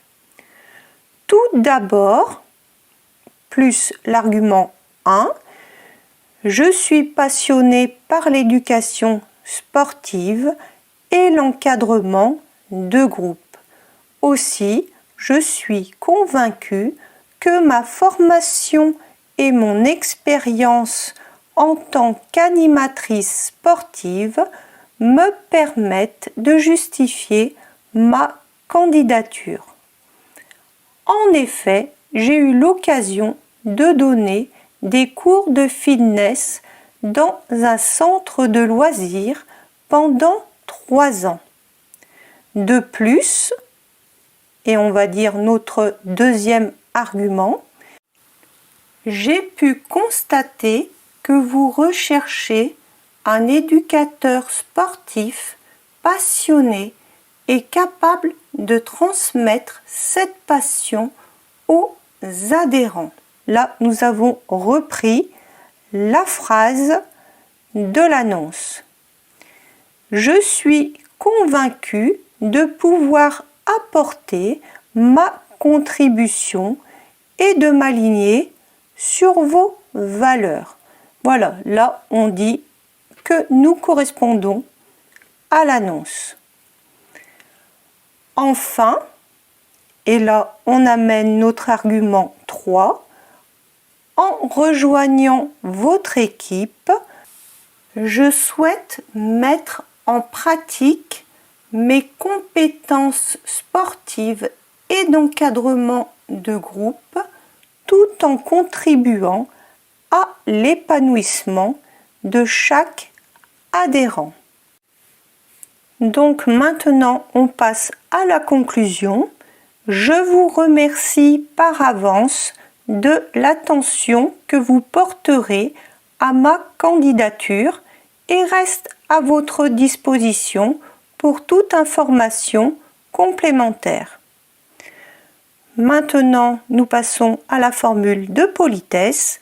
Dans l'attente d'une réponse de votre part, je vous prie d'agréer Madame, Monsieur, car on ne sait pas vraiment à qui on a affaire, si c'est un homme ou une femme, donc Madame, Monsieur, l'expression de mes salutations distinguées. Et la signature, Julie Dupont. L'essai. Qu'est-ce que l'essai? C'est un texte argumentatif, c'est-à-dire que vous allez devoir répondre à une question en donnant votre opinion avec des arguments et des exemples convaincants. Pour l'essai, il n'y a pas de destinataire particulier, contrairement à la lettre. Et il faudra employer un langage formel. Vous devrez écrire 160 mots minimum, mais le jury tolère 10% en moins, ce qui nous fait 144 mots. La structure de l'essai. Pour réussir votre essai du DELF B1, il est important de bien lire la consigne et de structurer votre texte. Celui-ci se présentera en 3 parties. L'introduction, le développement et la conclusion. Dans l'introduction, vous présentez le sujet. Vous annoncez brièvement votre plan. Vous pouvez donner la problématique en posant une question. Pour le développement, vous présentez quelques arguments, vous donnez des exemples et vous utilisez des connecteurs logiques pour bien structurer votre texte. Pour la conclusion, vous répondez à la problématique et donnez votre opinion. Il y a différents plans pour votre développement. Pour contre, par exemple, le sujet pourrait être l'uniforme à l'école pour ou contre. Avantages, inconvénients, par exemple, le sujet pourrait être selon vous, quels sont les avantages et les inconvénients de l'uniforme à l'école? Problème, solution. Par exemple, le sujet pourrait être, à votre avis, comment est-il possible de réduire l'usage excessif du téléphone portable chez les enfants sans l'interdire totalement? Plan suggéré par le sujet, c'est-à-dire on analyse le sujet et on trouve les différents éléments qui constituent le sujet. On consacre un paragraphe par élément trouvé. Par exemple, le sujet pourrait être la mairie de votre ville désire créer un système de soutien scolaire pour les enfants en difficulté. Vous décrirez votre expérience en tant que parent d'un enfant en difficulté et vous donnerez votre avis sur ce projet en présentant ses avantages.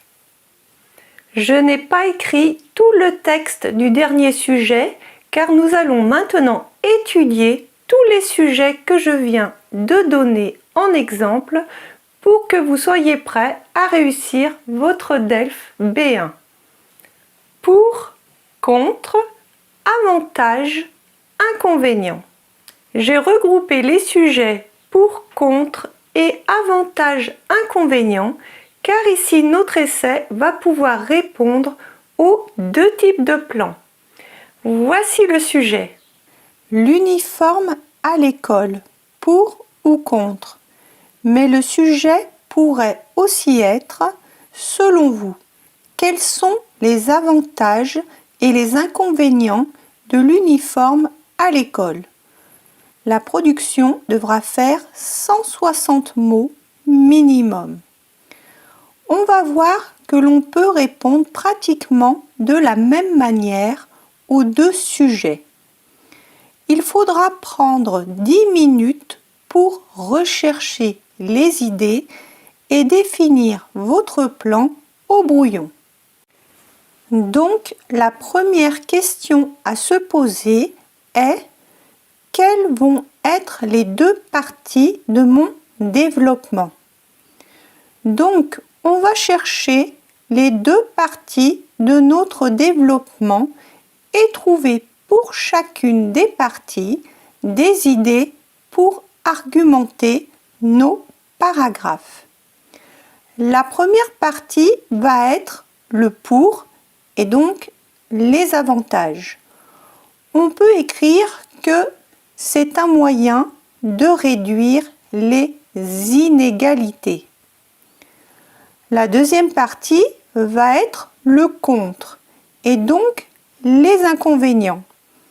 On peut écrire que c'est une restriction de la liberté individuelle. En d'autres mots, cela va limiter l'expression de l'identité personnelle. Donc là, on a les deux paragraphes de notre développement et aussi l'annonce de notre plan dans l'introduction. Si vous voulez, vous pouvez télécharger le PDF qui est dans le premier commentaire. Dans ce PDF, il y a les phrases et les mots-clés pour vous aider à rédiger votre essai. Pour bien gérer votre temps, vous devez prendre 30 minutes pour écrire votre texte. Vous pouvez appuyer sur pause et on se revoit pour la correction. L'introduction. L'uniforme à l'école est un sujet qui divise les opinions. D'un côté, il est perçu comme un moyen de réduire les inégalités entre élèves, mais de l'autre, certains y voient une restriction à la liberté individuelle.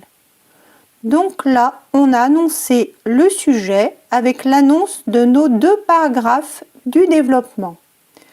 Ensuite, on va poser une question pour donner la problématique.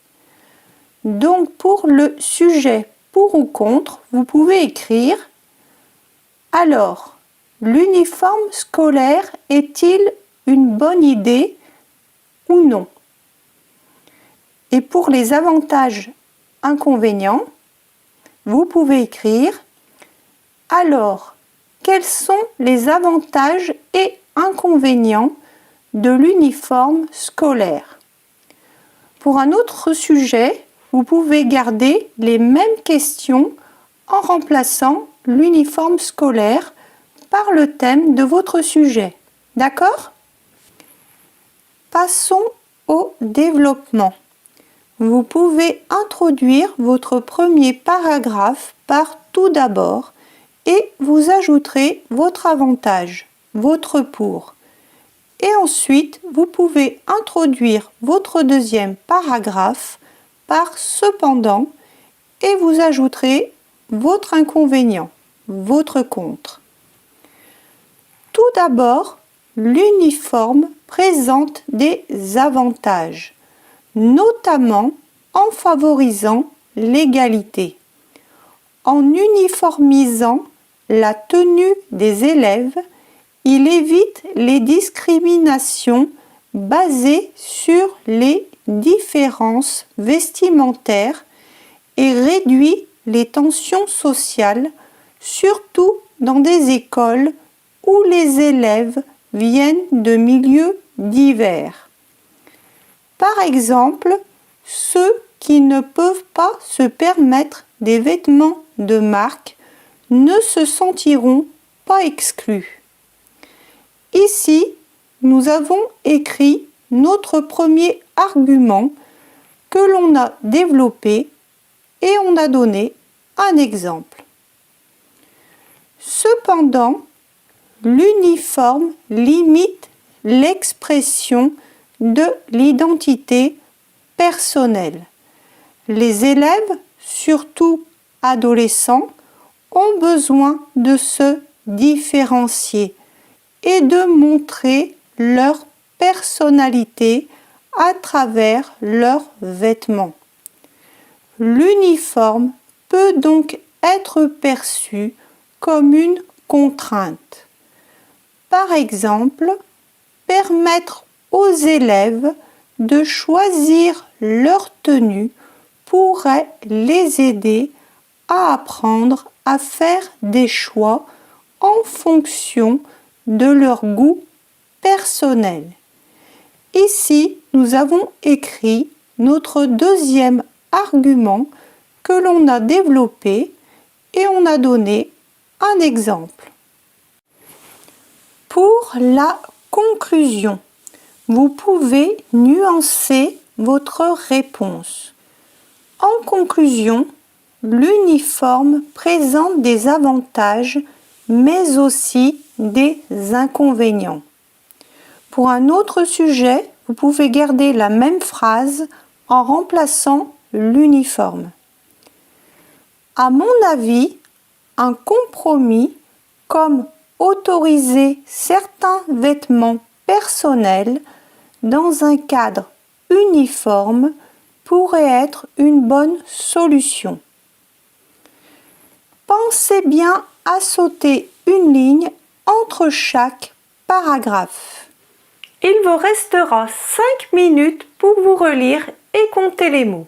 Les mots avec apostrophe ou tiret comptent pour un mot. Par exemple, l'idée, un mot. C'est, un mot. Rendez-vous, un mot.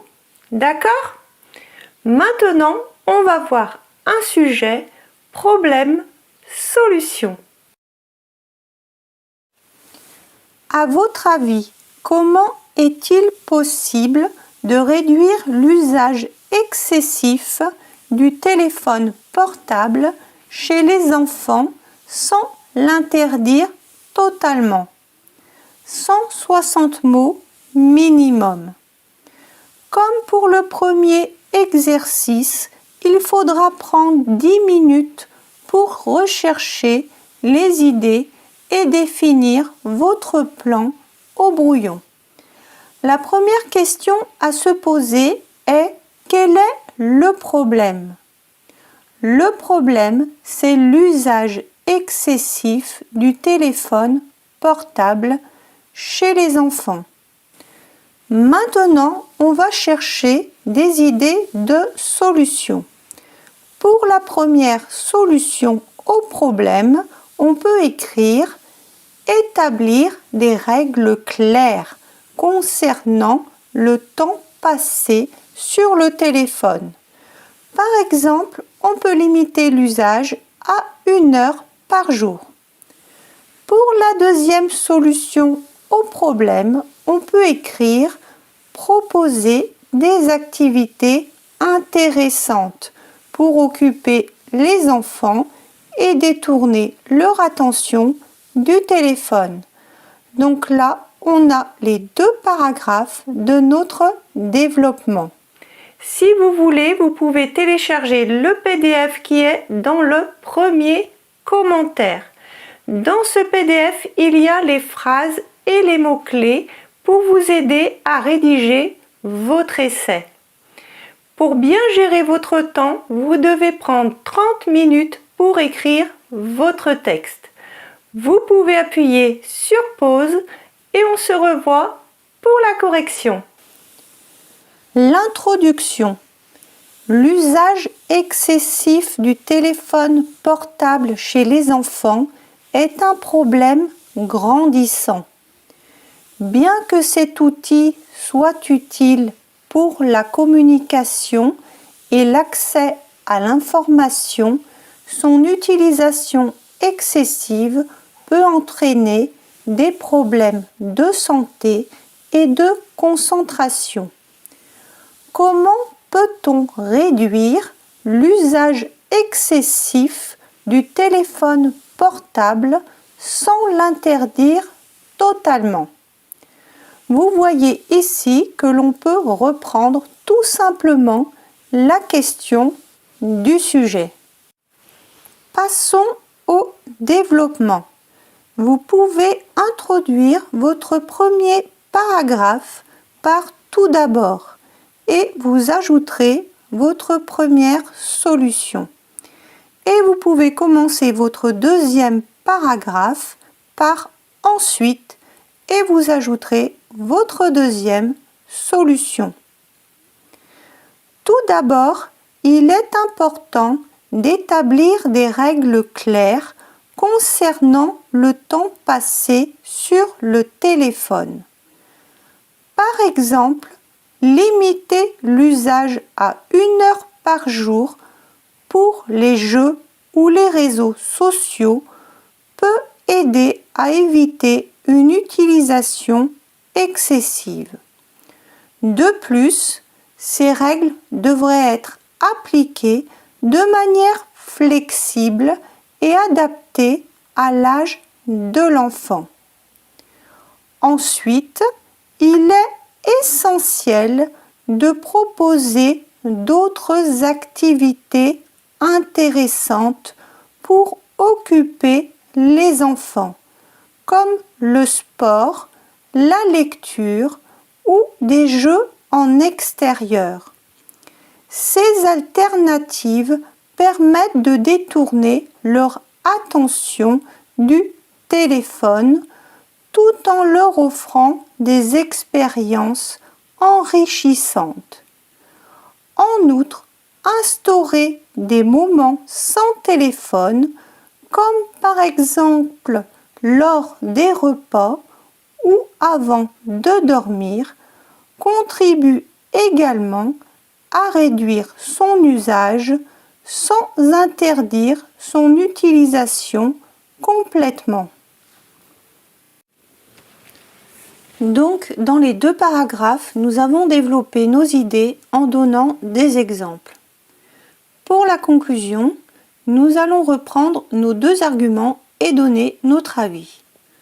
En conclusion, pour limiter l'usage excessif du téléphone, il est nécessaire de fixer des limites et d'encourager d'autres activités. On vient d'évoquer nos 2 solutions. À mon avis, ces mesures semblent être une bonne solution plutôt qu'une interdiction stricte.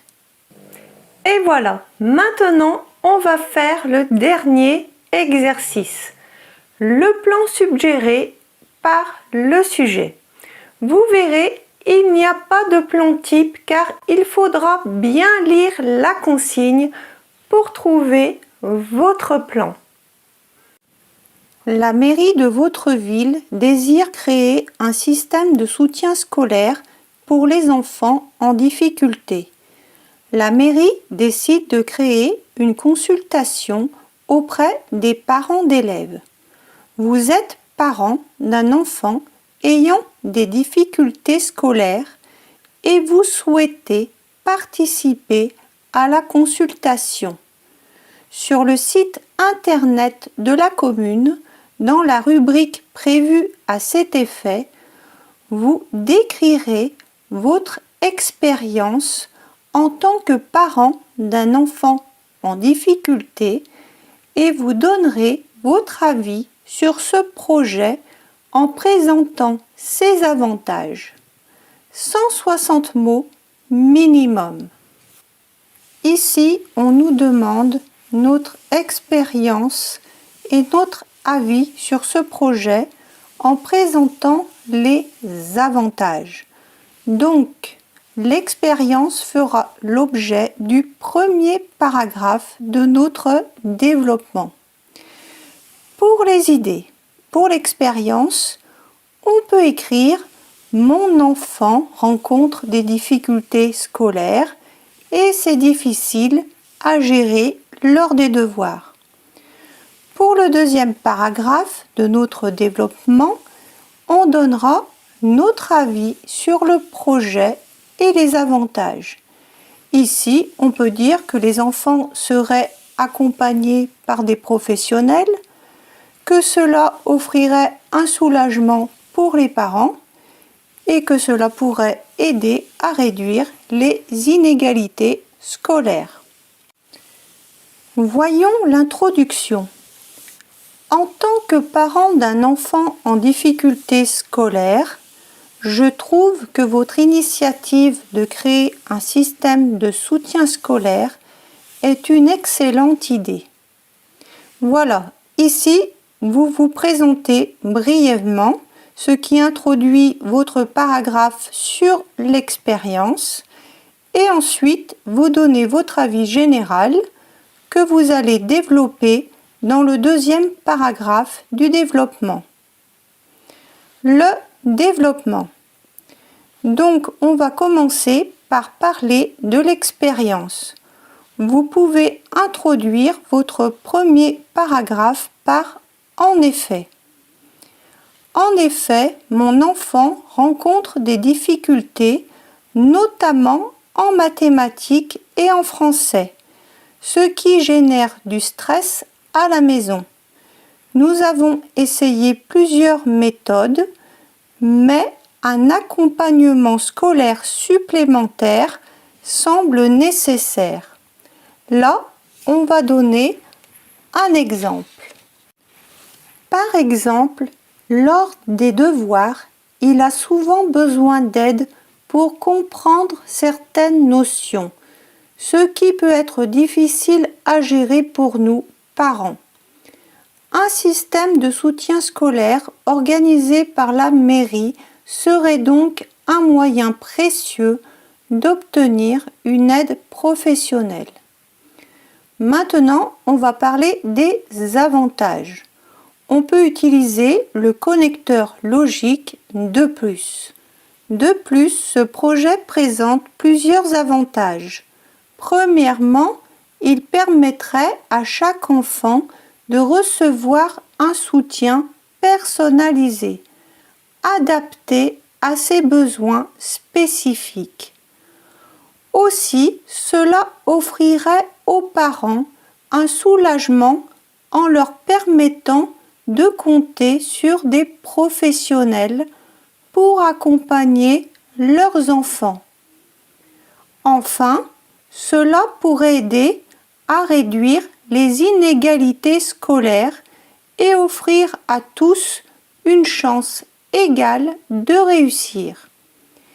Il y a 3 idées dans ce paragraphe, donc il y a 3 connecteurs logiques pour introduire chacune d'elles. Premièrement, aussi, enfin. Pour la conclusion, on va donner notre avis. En conclusion, je soutiens pleinement ce projet de soutien scolaire car il répond à un besoin réel. À mon avis, il offrirait à nos enfants une aide précieuse et permettrait aux parents de mieux gérer les difficultés scolaires à la maison.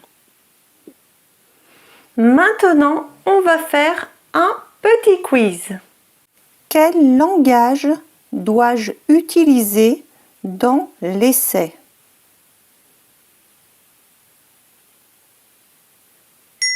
Réponse A. Formel. Que doit comporter un essai?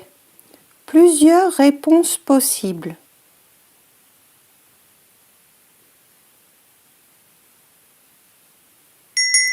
Réponse A. Une introduction. Réponse B. Un développement. Réponse C. Une conclusion.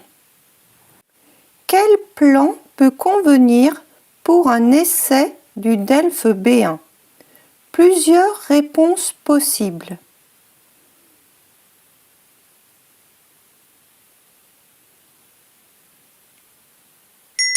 Réponse A, pour, contre. Réponse B, avantage, inconvénient. Réponse C, problème, solution. Réponse D, plan suggéré par le sujet. Le développement doit être structuré avec des connecteurs logiques. Réponse A, vrai. Le développement doit comporter des exemples. Réponse A, vrai. Dans la conclusion, je donne mon avis. Réponse A, vrai. Je dois signer à la fin de mon essai. Réponse B, faux. L'article.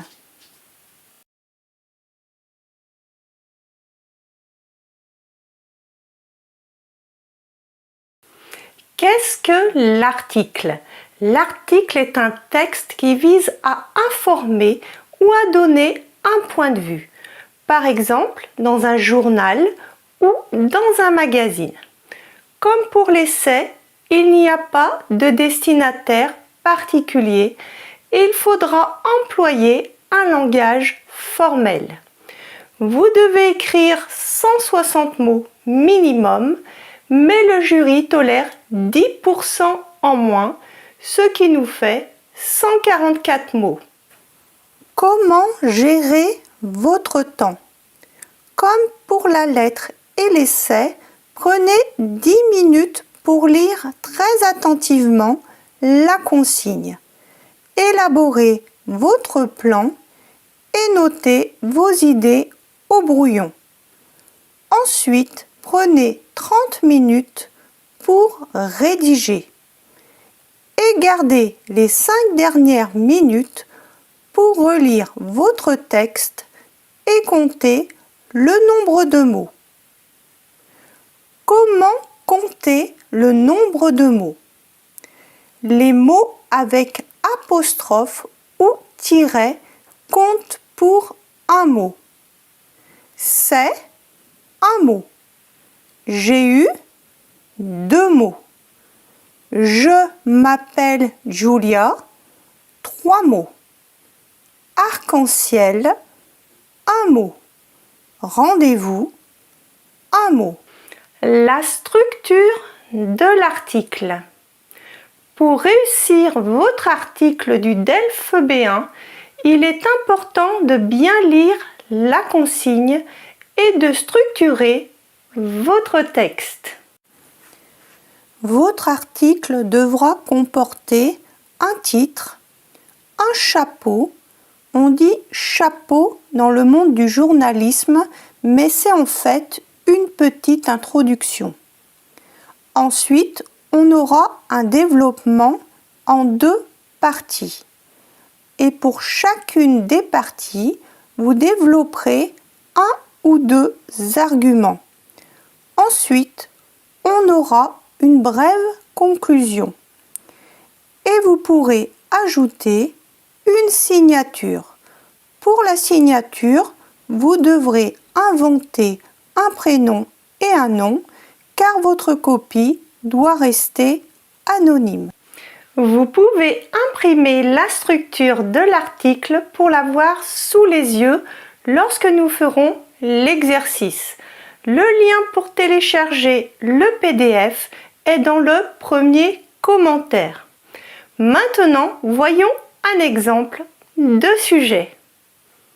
Le journal Mobilité Internationale veut encourager les étudiants à venir faire leur stage professionnel en France. Il publiera chaque semaine les témoignages de personnes ayant fait l'expérience. Vous envoyez votre article car vous avez effectué un stage en France. Racontez votre expérience professionnelle pendant ce stage et donner des conseils aux lecteurs pour les motiver. 160 mots minimum.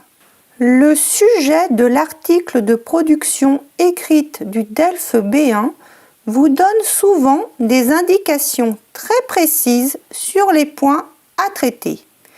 Ici, on nous demande notre expérience professionnelle pendant ce stage et nos conseils pour motiver les lecteurs à faire leur stage en France.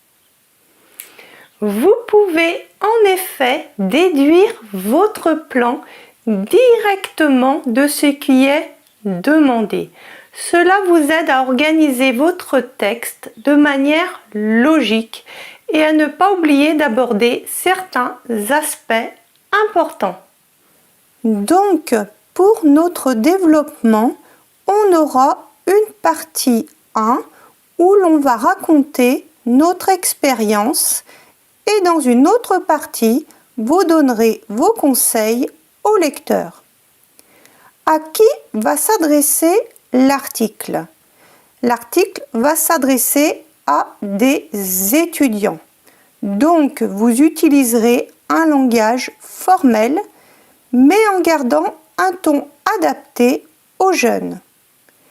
Mais qui sont exactement ces étudiants? Ce sont des étudiants étrangers, puisqu'il s'agit d'un journal de mobilité internationale qui veut encourager les étudiants à faire leur stage en France. Réfléchir et noter vos idées au brouillon. Nous allons chercher les idées ensemble et après, je vous laisserai rédiger seul votre article. Et ensuite, je vous montrerai la correction. Je vous conseille de chercher le titre lorsque vous aurez trouvé les idées. Donc, on reviendra au titre à la fin. L'introduction. Vous allez vous présenter brièvement et vous allez annoncer brièvement le sujet. Quand vous vous présenterez, inventez un prénom car votre copie doit rester anonyme. Par exemple, vous pouvez écrire « Je m'appelle Giulia et je suis italienne ». Vous pouvez remarquer que l'on ne met pas de majuscule aux nationalités en français.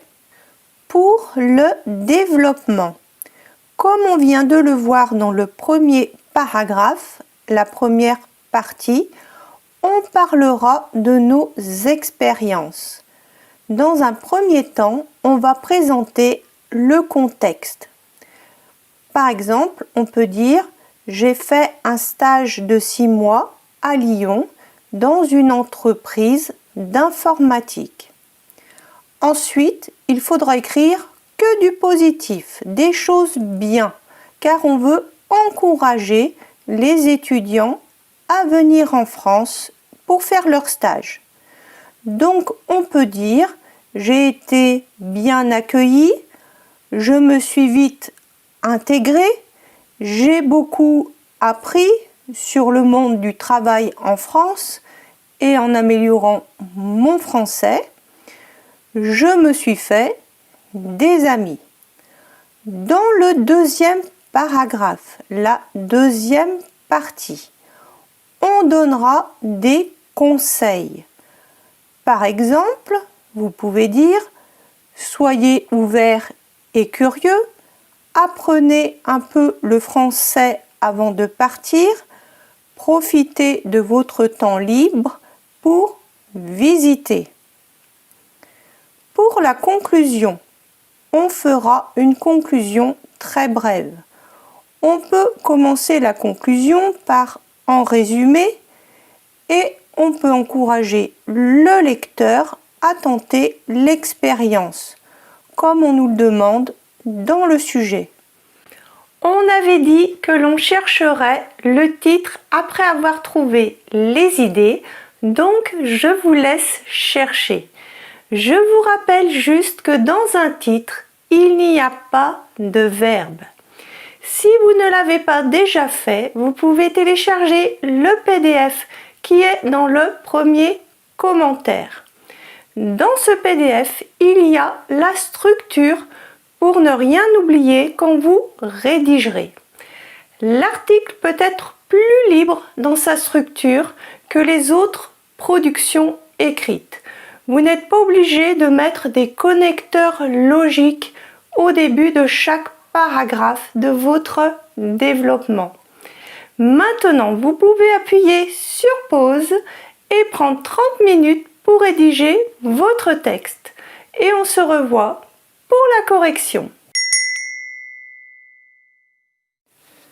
Mon stage en France, une aventure inoubliable. Je m'appelle Giulia et je suis italienne. L'année dernière, j'ai eu la chance de faire un stage en France et cela a été une expérience incroyable que je recommande à tous les étudiants. Mon stage de 6 mois a eu lieu à Lyon dans une entreprise d'informatique. Dès le premier jour, j'ai été bien accueillie. Mes collègues ont été très gentils et m'ont vite intégrée à l'équipe. J'ai beaucoup appris, non seulement sur le monde du travail en France, mais aussi en améliorant mon français. Surtout, j'ai rencontré des personnes formidables avec qui je suis restée amie. Si vous aussi, vous voulez faire un stage en France, voici quelques conseils. Soyez ouverts et curieux. N'hésitez pas à poser des questions. Apprenez quelques mots de français avant de partir. Cela vous aidera à mieux vous intégrer. Et profitez de votre temps libre pour découvrir ce beau pays. En résumé, faire un stage en France est une expérience enrichissante à ne pas manquer. Giulia Gallo.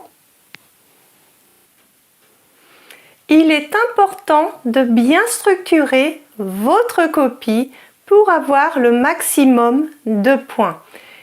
Il faudra donc sauter une ligne après le titre et entre chaque paragraphe et aller à la ligne entre chaque sous-paragraphe. Quand vous avez fini de rédiger votre article, pensez à relire et à compter le nombre de mots. Production orale. L'entretien dirigé. L'épreuve de production orale. Cette épreuve est notée sur 25 points et est divisée en 3 exercices. Pour l'exercice 1, intitulé Entretien dirigé, vous devrez vous présenter et parler de vous. Pour l'exercice 2, intitulé L'exercice en interaction, vous allez jouer un rôle d'une situation de la vie quotidienne où il y a un problème à régler. Vous allez jouer un rôle et l'examinateur va jouer l'autre rôle. Pour l'exercice 3, intitulé Monologue suivi, vous devrez présenter votre point de vue sur un sujet tiré au sort. Déroulement de la production orale. Vous entrez dans la salle d'examen et quelqu'un va contrôler votre convocation et votre pièce d'identité. L'examinateur a disposé des sujets face cachée sur une table. Vous devrez en tirer 2 au hasard. Vous regardez les 2 sujets et vous choisissez celui que vous préférez. Ce sujet choisi va vous servir à préparer pendant 10 minutes l'exercice 3 de la production orale. Vous êtes seul à une table. Vous notez votre plan et vos idées sur un brouillon. Vous pourrez consulter vos notes lors de votre exposé.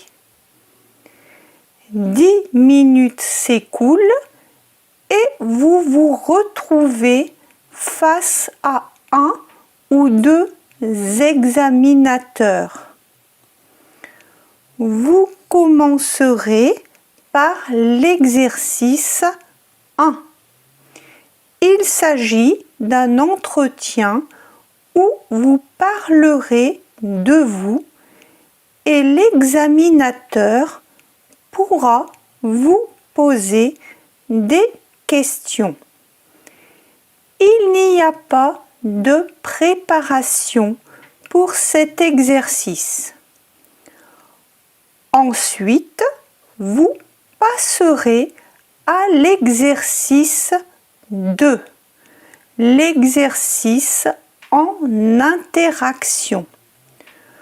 Vous devrez tirer au sort 2 sujets.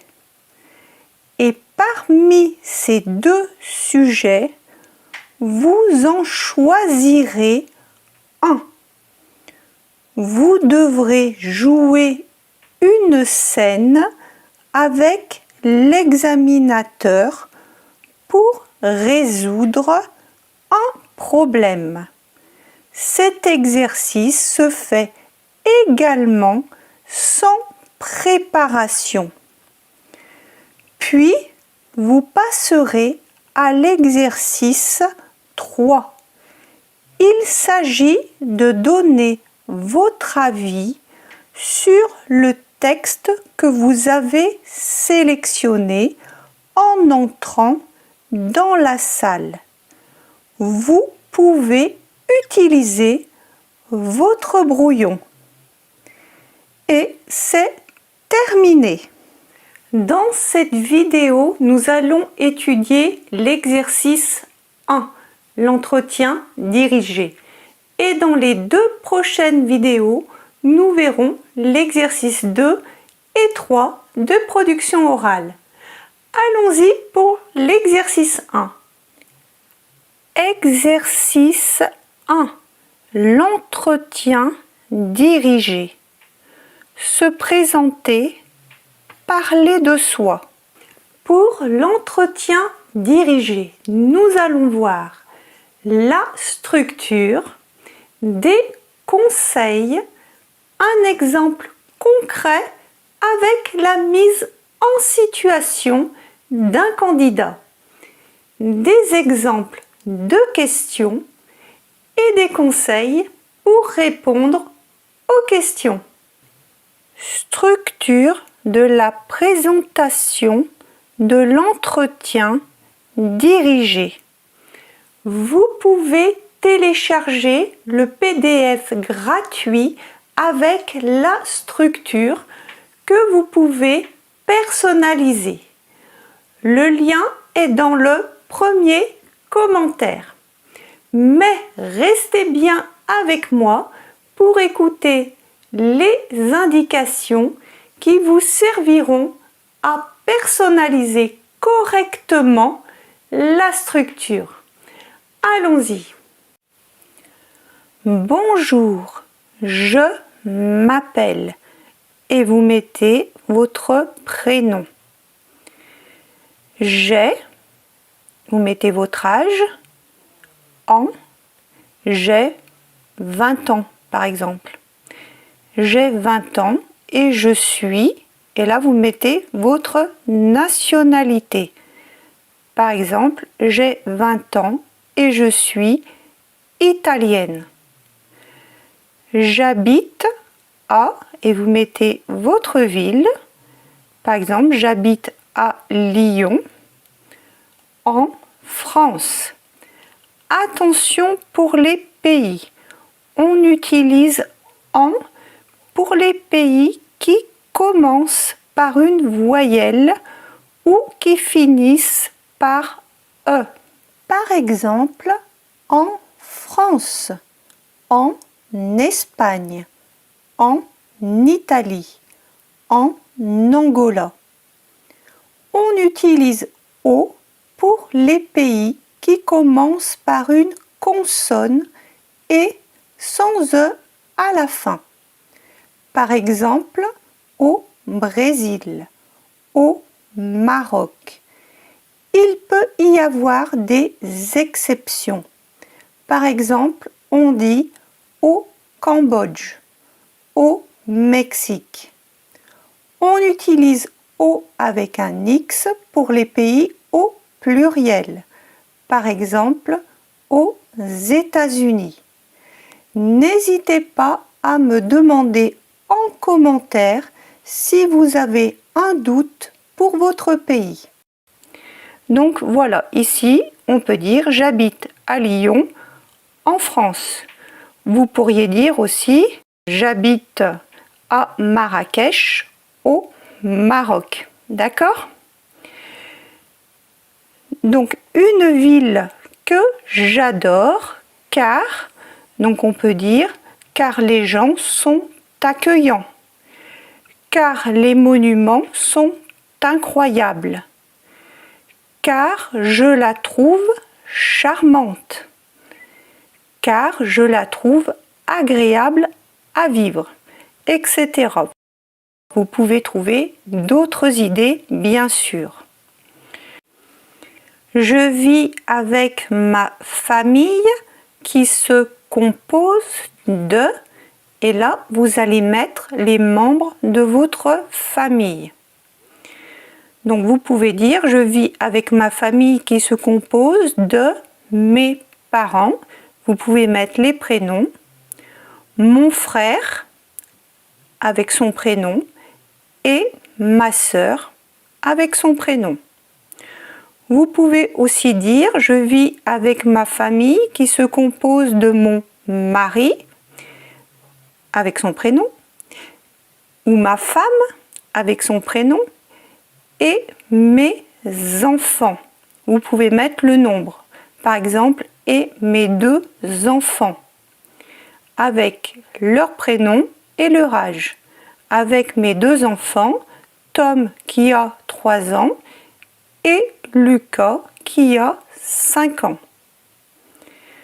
Nous avons aussi, alors là vous allez mettre vos animaux de compagnie ou votre animal de compagnie. Nous avons aussi un chien, par exemple, qui s'appelle, et là vous allez mettre son nom, qui s'appelle Roxy, qui apporte beaucoup de joie à notre quotidien. D'accord? Donc là, on a vu la présentation. Maintenant, nous allons voir les expériences. Je travaille dans, et là, vous mettez le lieu dans lequel vous travaillez. Par exemple, je travaille dans une usine, dans un magasin, dans un salon de coiffure, dans une entreprise, etc. Et je suis, donc là vous mettez votre métier, et je suis magasinier, vendeuse, vendeur, coiffeur, coiffeuse, secrétaire, etc. J'apprends le français depuis, par exemple, 3 ans, 4 ans, et vous mettez pourquoi vous apprenez le français. Car je souhaite m'installer en France. Car mon mari est français. Car je veux travailler en France. J'ai eu la chance de voyager dans plusieurs pays. Mon voyage préféré a été, et là vous mettez la destination. Par exemple, mon voyage préféré a été au Maroc, en Italie, où j'ai découvert des paysages magnifiques, par exemple, des monuments historiques grandioses. Voilà, vous pouvez trouver d'autres idées. Ces voyages m'ont permis de rencontrer des personnes intéressantes et d'en apprendre davantage sur différentes cultures. Maintenant, nous allons voir les loisirs. Donc, pendant mon temps libre, j'aime beaucoup, et là vous mettez ce que vous aimez faire. J'aime beaucoup lire des livres, j'aime beaucoup regarder des films. Cela me permet de me détendre. Je pratique également, et là vous mettez votre sport.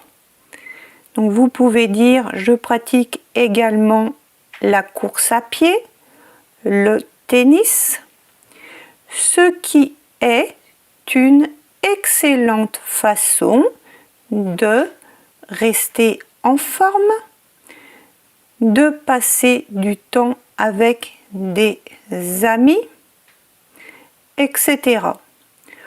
Enfin, j'adore jouer de la guitare, faire de la randonnée. Voilà, ce sont des exemples, mais vous pouvez en trouver d'autres bien sûr, car cela me permet d'exprimer ma créativité, par exemple, de profiter de la nature. Maintenant, voyons vos projets. Pour l'avenir, je souhaiterais, et là vous mettez votre projet personnel, par exemple, je souhaiterais faire le tour du monde. Professionnellement, je voudrais, et là vous mettez votre projet professionnel. Par exemple, je voudrais devenir ingénieur, je voudrais devenir professeur, etc. Voilà, à vous de trouver des idées. Pour la conclusion, on va rendre la parole à l'examinateur. Donc on peut dire merci de m'avoir écouté, je suis à votre disposition pour toutes vos questions. Maintenant, écoutez bien la présentation qui va suivre et ensuite je vous donnerai des conseils. Bonjour, je m'appelle Antonio. J'ai 50 ans et je suis portugais. J'habite à Vienne en France, une ville que j'adore car je la trouve charmante. Je vis avec ma famille qui se compose de ma femme Maria et mes 2 enfants, Lisa qui a 20 ans et Pedro qui a 18 ans. Nous avons aussi un chien qui s'appelle Porto, qui apporte beaucoup de joie à notre quotidien. Je travaille dans un magasin et je suis magasinier. J'apprends le français depuis 3 ans car je souhaite m'installer en France. J'ai eu la chance de voyager dans plusieurs pays. Mon voyage préféré a été au Maroc. où j'ai découvert des paysages magnifiques. Ces voyages m'ont permis de rencontrer des personnes intéressantes et d'en apprendre davantage sur différentes cultures. Pendant mon temps libre, j'aime beaucoup lire des livres. Cela me permet de me détendre. Je pratique également la course à pied, ce qui est une excellente façon de rester en forme. Enfin, j'adore faire de la randonnée, car cela me permet de profiter de la nature. Pour l'avenir, je souhaiterais faire un tour du monde avec ma femme et mes enfants. Professionnellement, je voudrais devenir chef de rayon dans le magasin dans lequel je travaille. Merci de m'avoir écouté. Je suis à votre disposition pour toutes vos questions.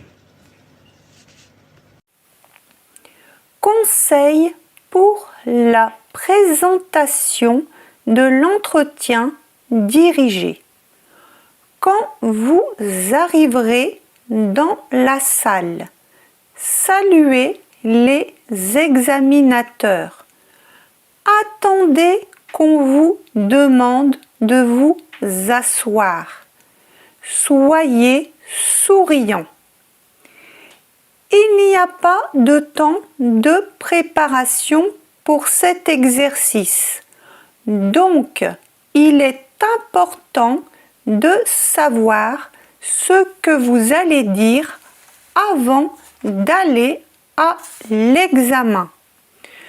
Je vous conseille donc de personnaliser la présentation que l'on vient de voir et de vous entraîner à la dire oralement plusieurs fois. Encore une fois, vous n'êtes pas obligé de dire la vérité. L'examinateur n'ira pas vérifier si par exemple vous avez un chien ou pas. Respectez la durée de la présentation qui doit au moins durer 2 minutes. Les questions de l'entretien dirigé. On peut vous demander des précisions sur ce que vous venez de dire. Par exemple, aimez-vous votre travail? Comment est votre chien? Pourquoi souhaitez-vous vous installer en France? On peut aussi vous poser des questions d'ordre général. Que faites-vous les week-ends? Quel type de musique écoutez-vous? Quel est votre plat préféré? Conseils pour répondre aux questions. Répondre aux questions de manière fluide. Vous n'êtes pas obligé de dire la vérité. Par exemple, si l'examinateur vous demande votre légume préféré et que c'est par exemple les haricots et que vous ne savez pas dire haricots en français, dites un autre légume que vous savez dire. Par exemple, les carottes. L'examinateur ne va pas vérifier si c'est vrai. D'accord? Donnez des détails dans vos réponses aux questions. Par exemple, aimez-vous votre travail? On pourrait répondre oui, mais ce n'est pas suffisant. Vous devez développer et dire pourquoi. Par exemple, oui, j'aime mon travail car mon patron et mes collègues sont très sympas. Si vous n'avez pas compris la question, vous pouvez dire « Pourriez-vous répéter la question, s'il vous plaît ?» ou « Pouvez-vous reformuler la question, s'il vous plaît ?» Ici, je n'ai pas mis « s'il vous plaît », mais c'est évident que c'est mieux avec la formule de politesse. Pouvez-vous reformuler la question, s'il vous plaît? L'exercice en interaction. L'exercice 2, intitulé Exercice en interaction, c'est celui que nous allons voir aujourd'hui. Vous devrez jouer une scène avec l'examinateur pour résoudre un problème. Vous allez jouer un rôle et l'examinateur va jouer l'autre rôle. Il n'y a pas de préparation pour cet exercice pendant l'épreuve. Pour l'exercice en interaction, nous allons voir ce qu'il faut faire avant de démarrer l'exercice. Quelle expression utiliser? Et 2 exemples d'exercices concrets avec la mise en situation d'un candidat. Que faire avant de démarrer l'exercice? Avant de démarrer l'exercice, vous allez tirer au sort 2 sujets. Et parmi les 2 sujets, vous allez en choisir un. Choisissez le sujet avec lequel vous vous sentez le plus à l'aise. Ensuite, vous allez lire le sujet que vous avez choisi à voix haute devant le ou les examinateurs. Maintenant, nous allons voir le premier sujet que nous allons étudier aujourd'hui. Vous avez acheté un t-shirt pour un ami dans un magasin. En arrivant à la maison, vous vous apercevez que le t-shirt est taché. Vous décidez de retourner au magasin pour demander un échange. N'hésitez pas à demander si vous ne comprenez pas un mot. Supposons que vous ne compreniez pas le mot échange. Vous pouvez dire « Je ne comprends pas le mot échange. Pouvez-vous me l'expliquer ?» Que signifie le mot échange?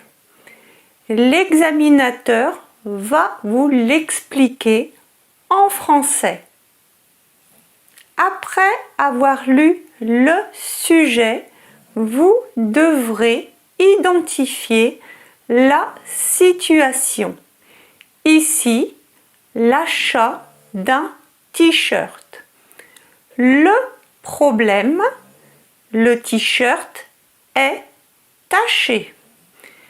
Les solutions possibles, demander un échange ou éventuellement un remboursement. Votre rôle, ça va être le client. Et le rôle de l'examinateur, ça va être le responsable du magasin. Le niveau de langue sera formel. Vous utiliserez donc vous, car vous ne connaissez pas la personne. Si dans un autre sujet, vous parlez à un ami. Vous utiliserez un langage informel, donc tu. D'accord? Les expressions à savoir par cœur. Pensez à toutes les formules de politesse. Bonjour, bonsoir si c'est le soir, salut uniquement si vous parlez à un ami ou quelqu'un de votre famille. S'il vous plaît, merci, au revoir. Si dans l'exercice, l'examinateur est votre ami ou quelqu'un de votre famille, il faudra lui dire salut et le tutoyer. Vous lui direz tu juste pendant l'exercice. On est d'accord? Tout d'abord, nous allons voir les expressions pour exposer le problème. Excusez-moi, j'ai un problème avec. Excusez-moi, j'ai un problème pour. Par exemple, j'ai un problème avec le t-shirt que je viens d'acheter car il est taché. Si vous parlez à un ami, vous direz plutôt « Je peux te parler, j'ai un problème avec » ou « Je peux te parler, j'ai un problème pour ». Vous pouvez dire aussi « J'ai un souci avec » ou « J'ai un souci pour ». Vous reverrez toutes ces expressions et celles que l'on va voir dans les deux exemples d'exercice. D'accord? Maintenant, nous allons voir les expressions pour proposer des solutions. Pouvez-vous plus verbe à l'infinitif. Par exemple, pouvez-vous faire un échange? Si vous parlez à un ami, vous direz peux-tu plus verbe à l'infinitif. On pourrait plus verbe à l'infinitif. C'est possible de plus verbe à l'infinitif. Je vous propose de plus verbe à l'infinitif. Si vous parlez à un ami, vous direz je te propose de plus verbe à l'infinitif. Ensuite, nous allons voir les expressions pour protester. Je ne suis pas d'accord. C'est inadmissible de plus verbe à l'infinitif. Vous ne pouvez pas plus verbe à l'infinitif.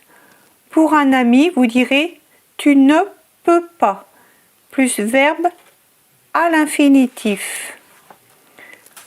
Non, c'est une mauvaise idée. C'est gentil, mais je préférerais plus verbe à l'infinitif. Enfin, nous allons voir les expressions pour accepter. Je suis d'accord pour, c'est d'accord, oui, je veux bien.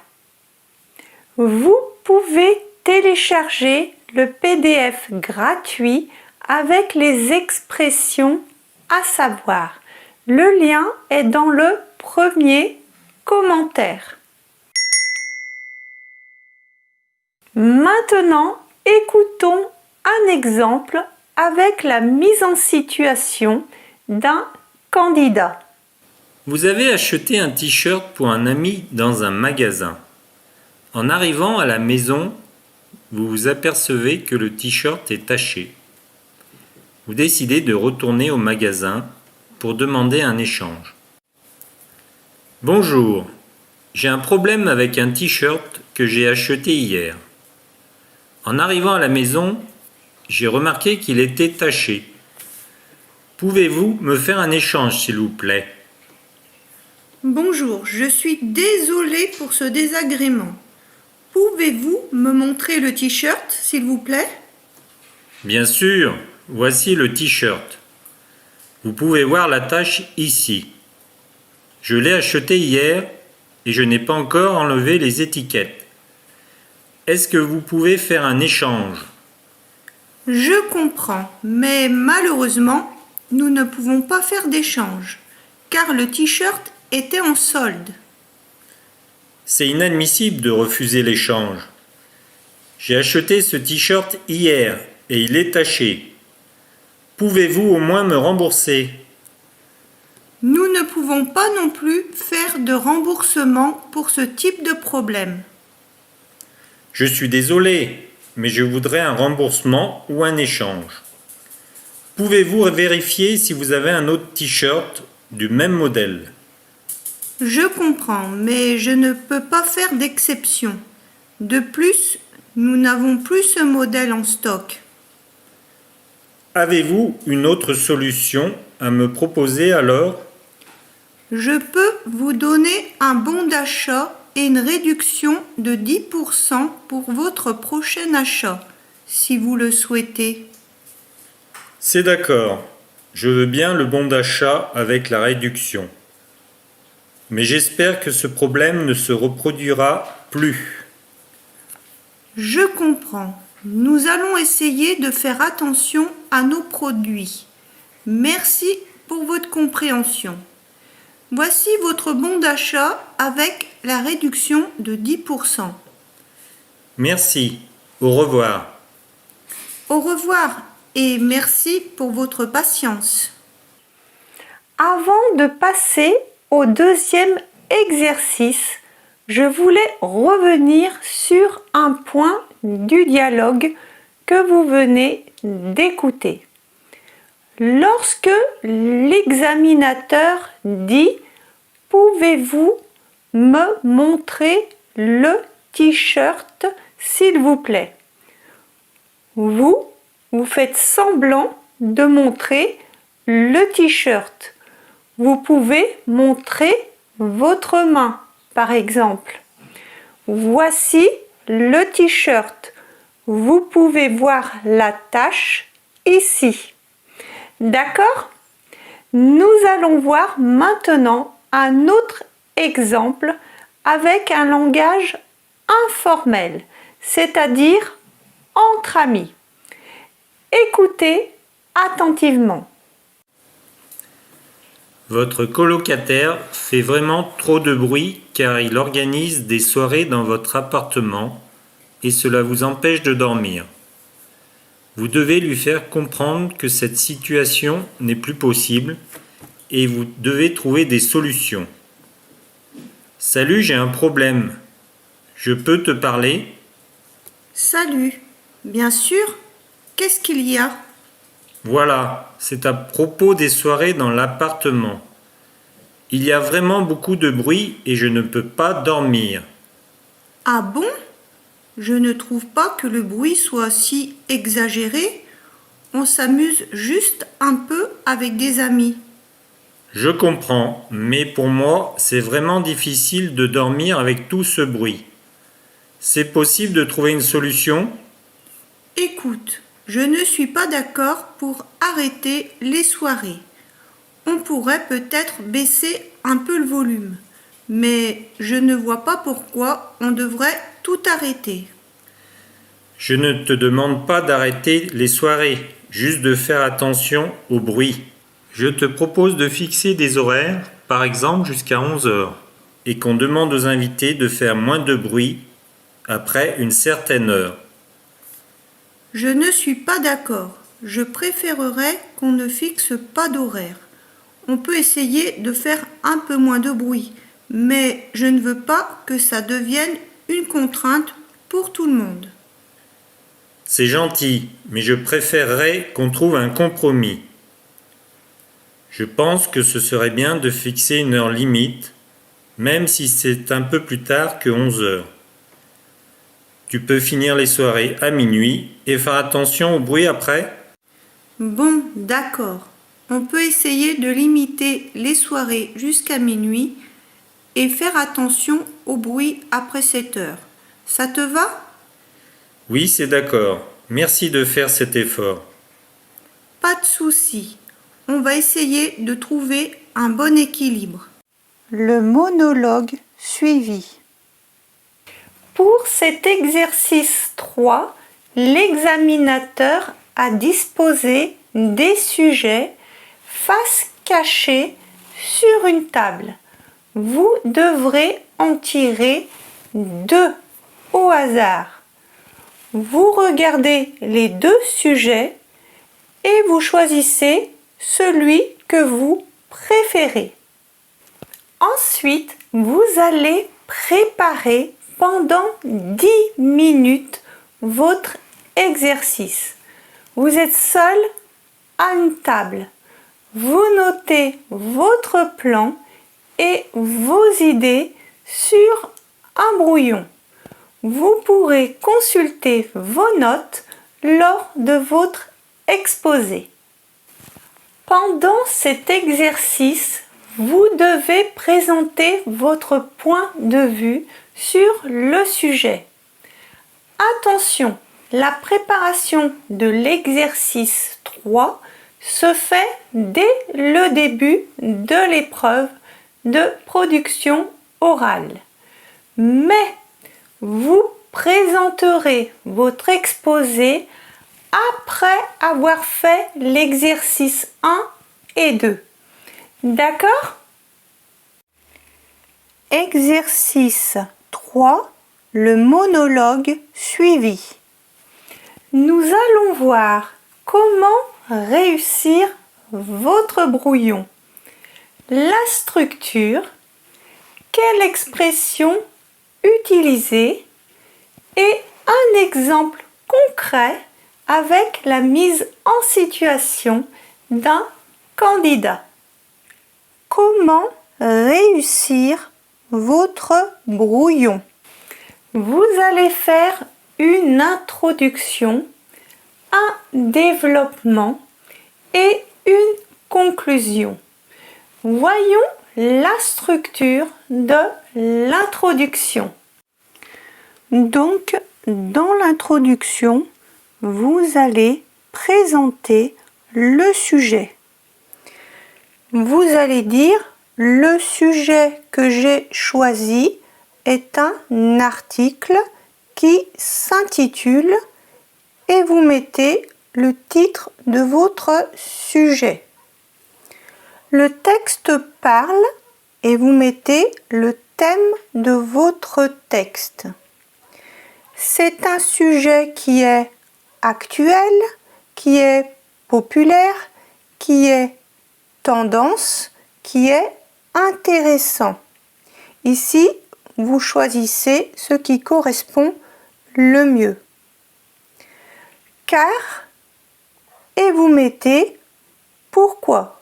Par exemple, pourquoi le sujet est actuel ou pourquoi il est populaire. D'accord?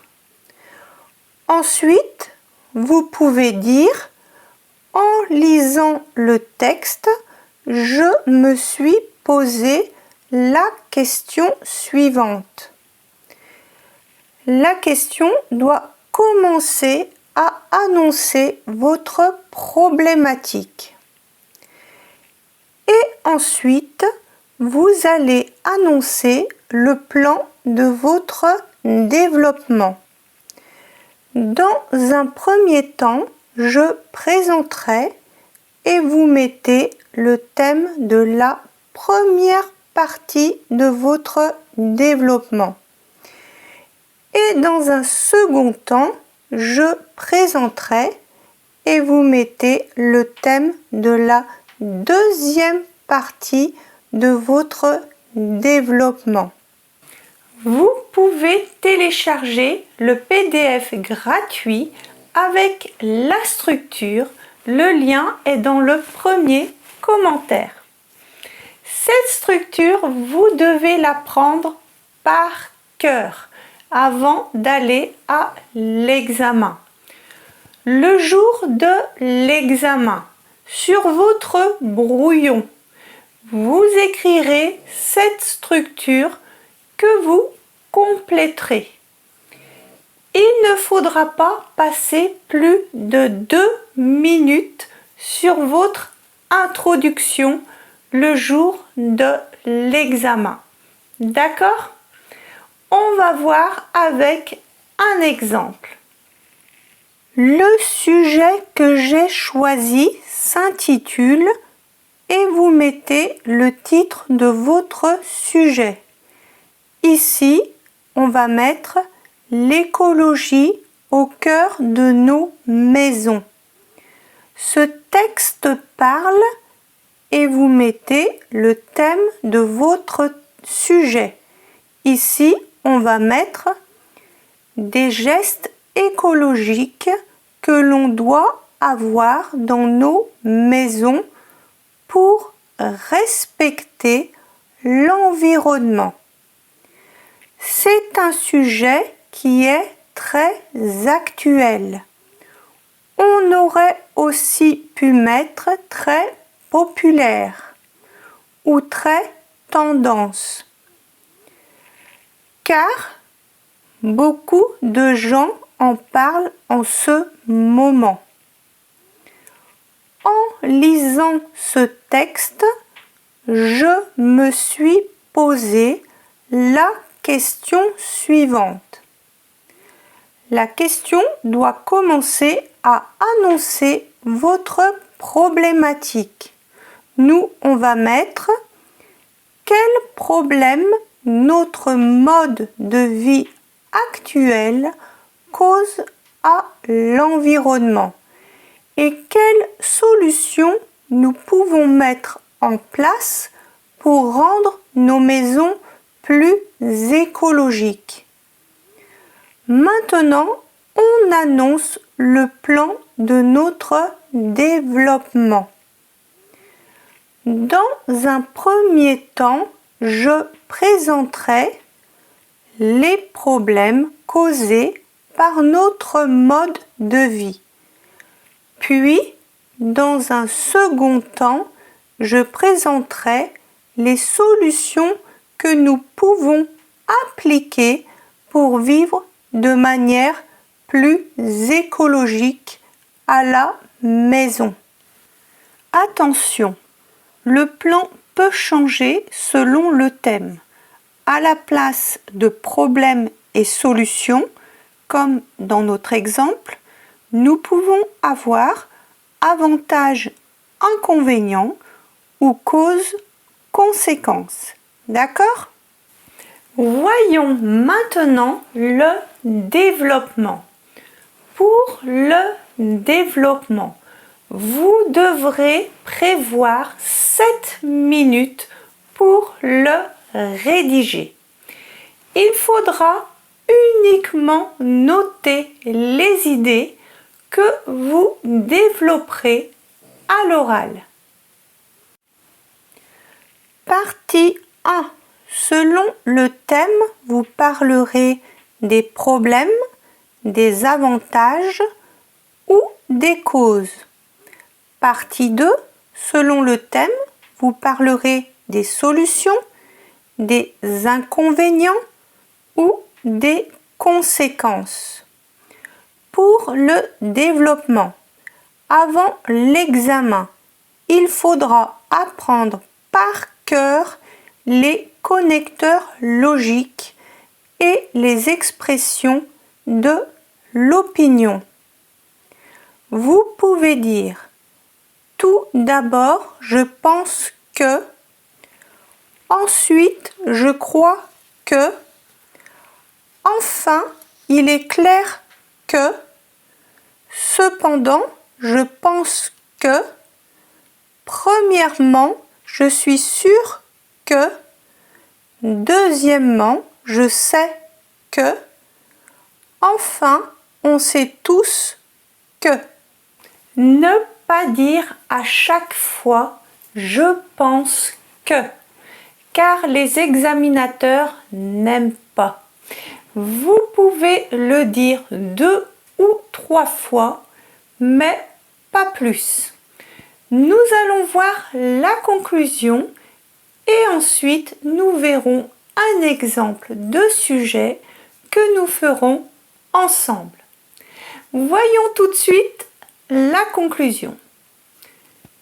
Tout d'abord, il faudra que vous utilisiez un connecteur pour que l'examinateur comprenne que vous avez fini votre exposé.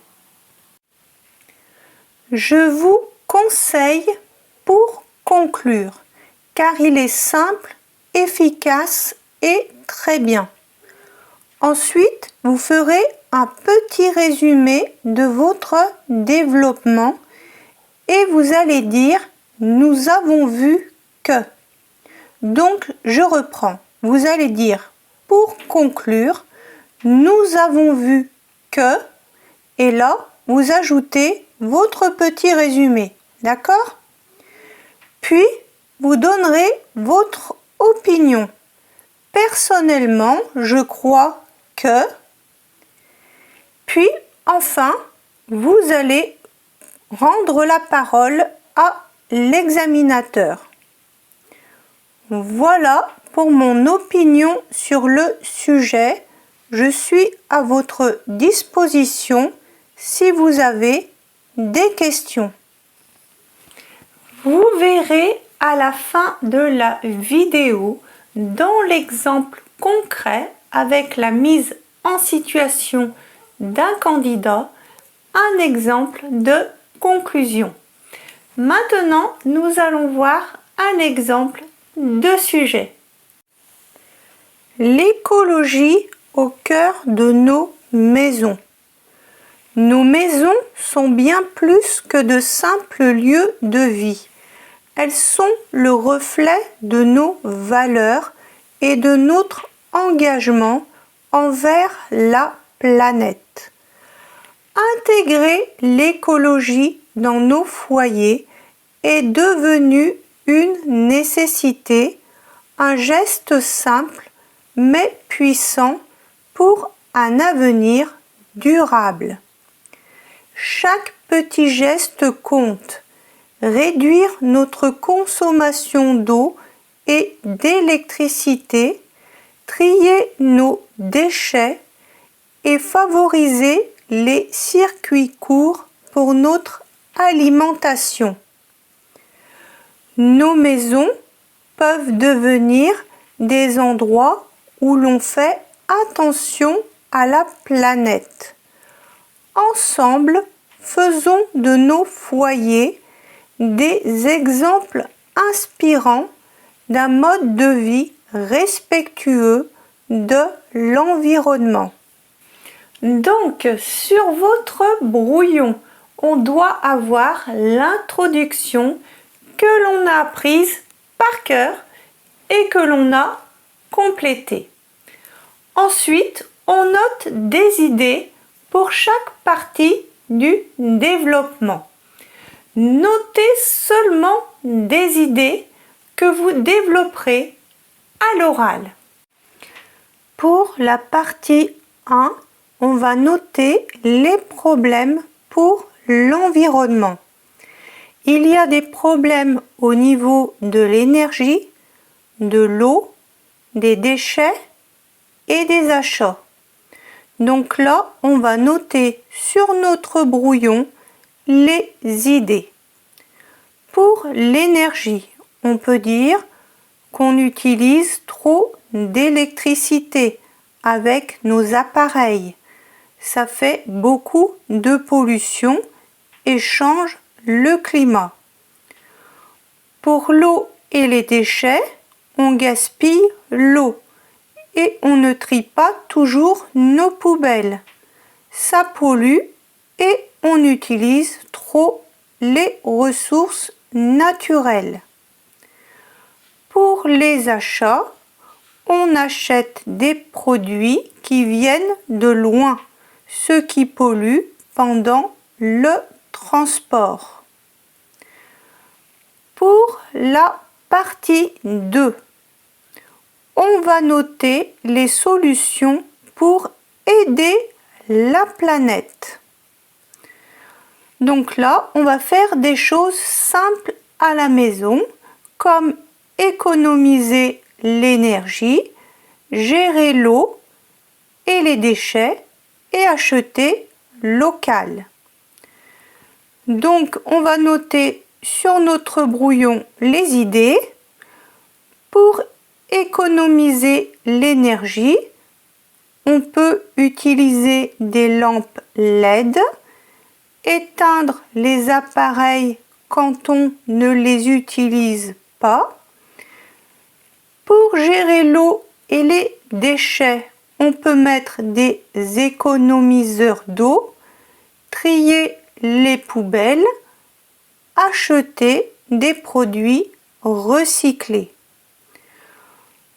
Pour acheter local, on peut écrire acheter des produits fabriqués près de chez nous, c'est mieux pour la planète.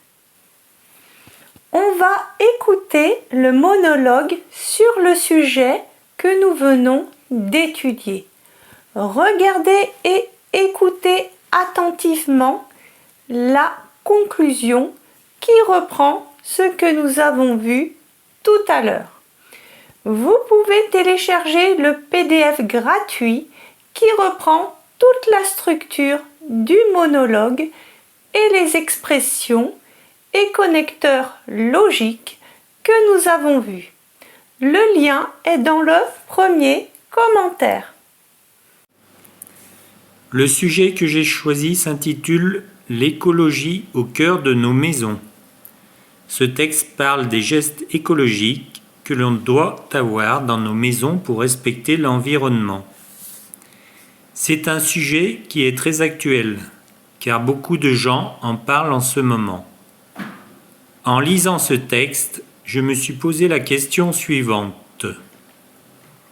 Quel problème notre mode de vie actuel cause-t-il à l'environnement et quelles solutions nous pouvons mettre en place pour rendre nos maisons plus écologiques? Dans un premier temps, je présenterai les problèmes causés par notre mode de vie. Puis, dans un second temps, je présenterai les solutions que nous pouvons appliquer pour vivre de manière plus écologique à la maison. Tout d'abord, je pense que notre vie moderne crée plusieurs problèmes pour l'environnement. Un des plus grands problèmes est la consommation d'énergie. Par exemple, beaucoup d'appareils utilisent trop d'électricité. Cela fait beaucoup de pollution et les scientifiques disent que cela change le climat. Ensuite, je crois que l'autre problème est la gestion de l'eau et des déchets. Dans nos maisons, nous gaspillons souvent de l'eau.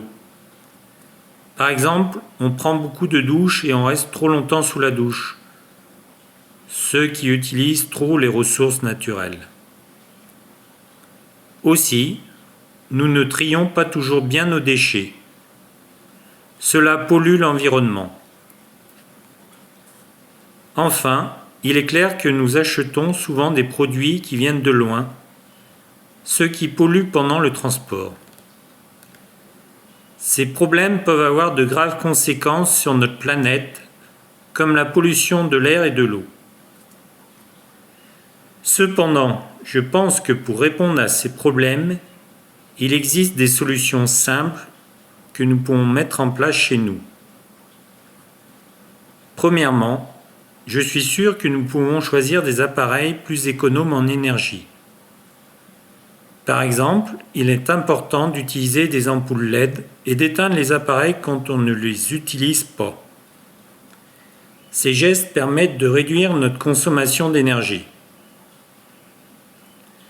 Deuxièmement, je sais que nous pouvons mettre des économiseurs d'eau sur les robinets et les douches pour éviter le gaspillage. De plus, trier nos déchets et utiliser des produits recyclés sont des gestes importants pour réduire la pollution. Enfin, on sait tous qu'en achetant des produits locaux fabriqués près de chez nous, c'est mieux pour la planète car cela évite le transport des produits. Pour conclure, nous avons vu que notre façon de vivre abîme la planète, mais que nous pouvons changer cela en faisant attention à l'énergie, à l'eau, aux déchets et en achetant des produits près de chez nous. Personnellement, je crois que c'est important d'agir maintenant pour un meilleur avenir. Voilà pour mon opinion sur le sujet. Je suis à votre disposition si vous avez des questions. Voilà, j'espère que cette vidéo vous a plu. Si c'est le cas, merci de liker, de commenter et de vous abonner. N'oubliez pas de télécharger gratuitement le PDF et on se revoit très bientôt pour une prochaine vidéo. Au revoir!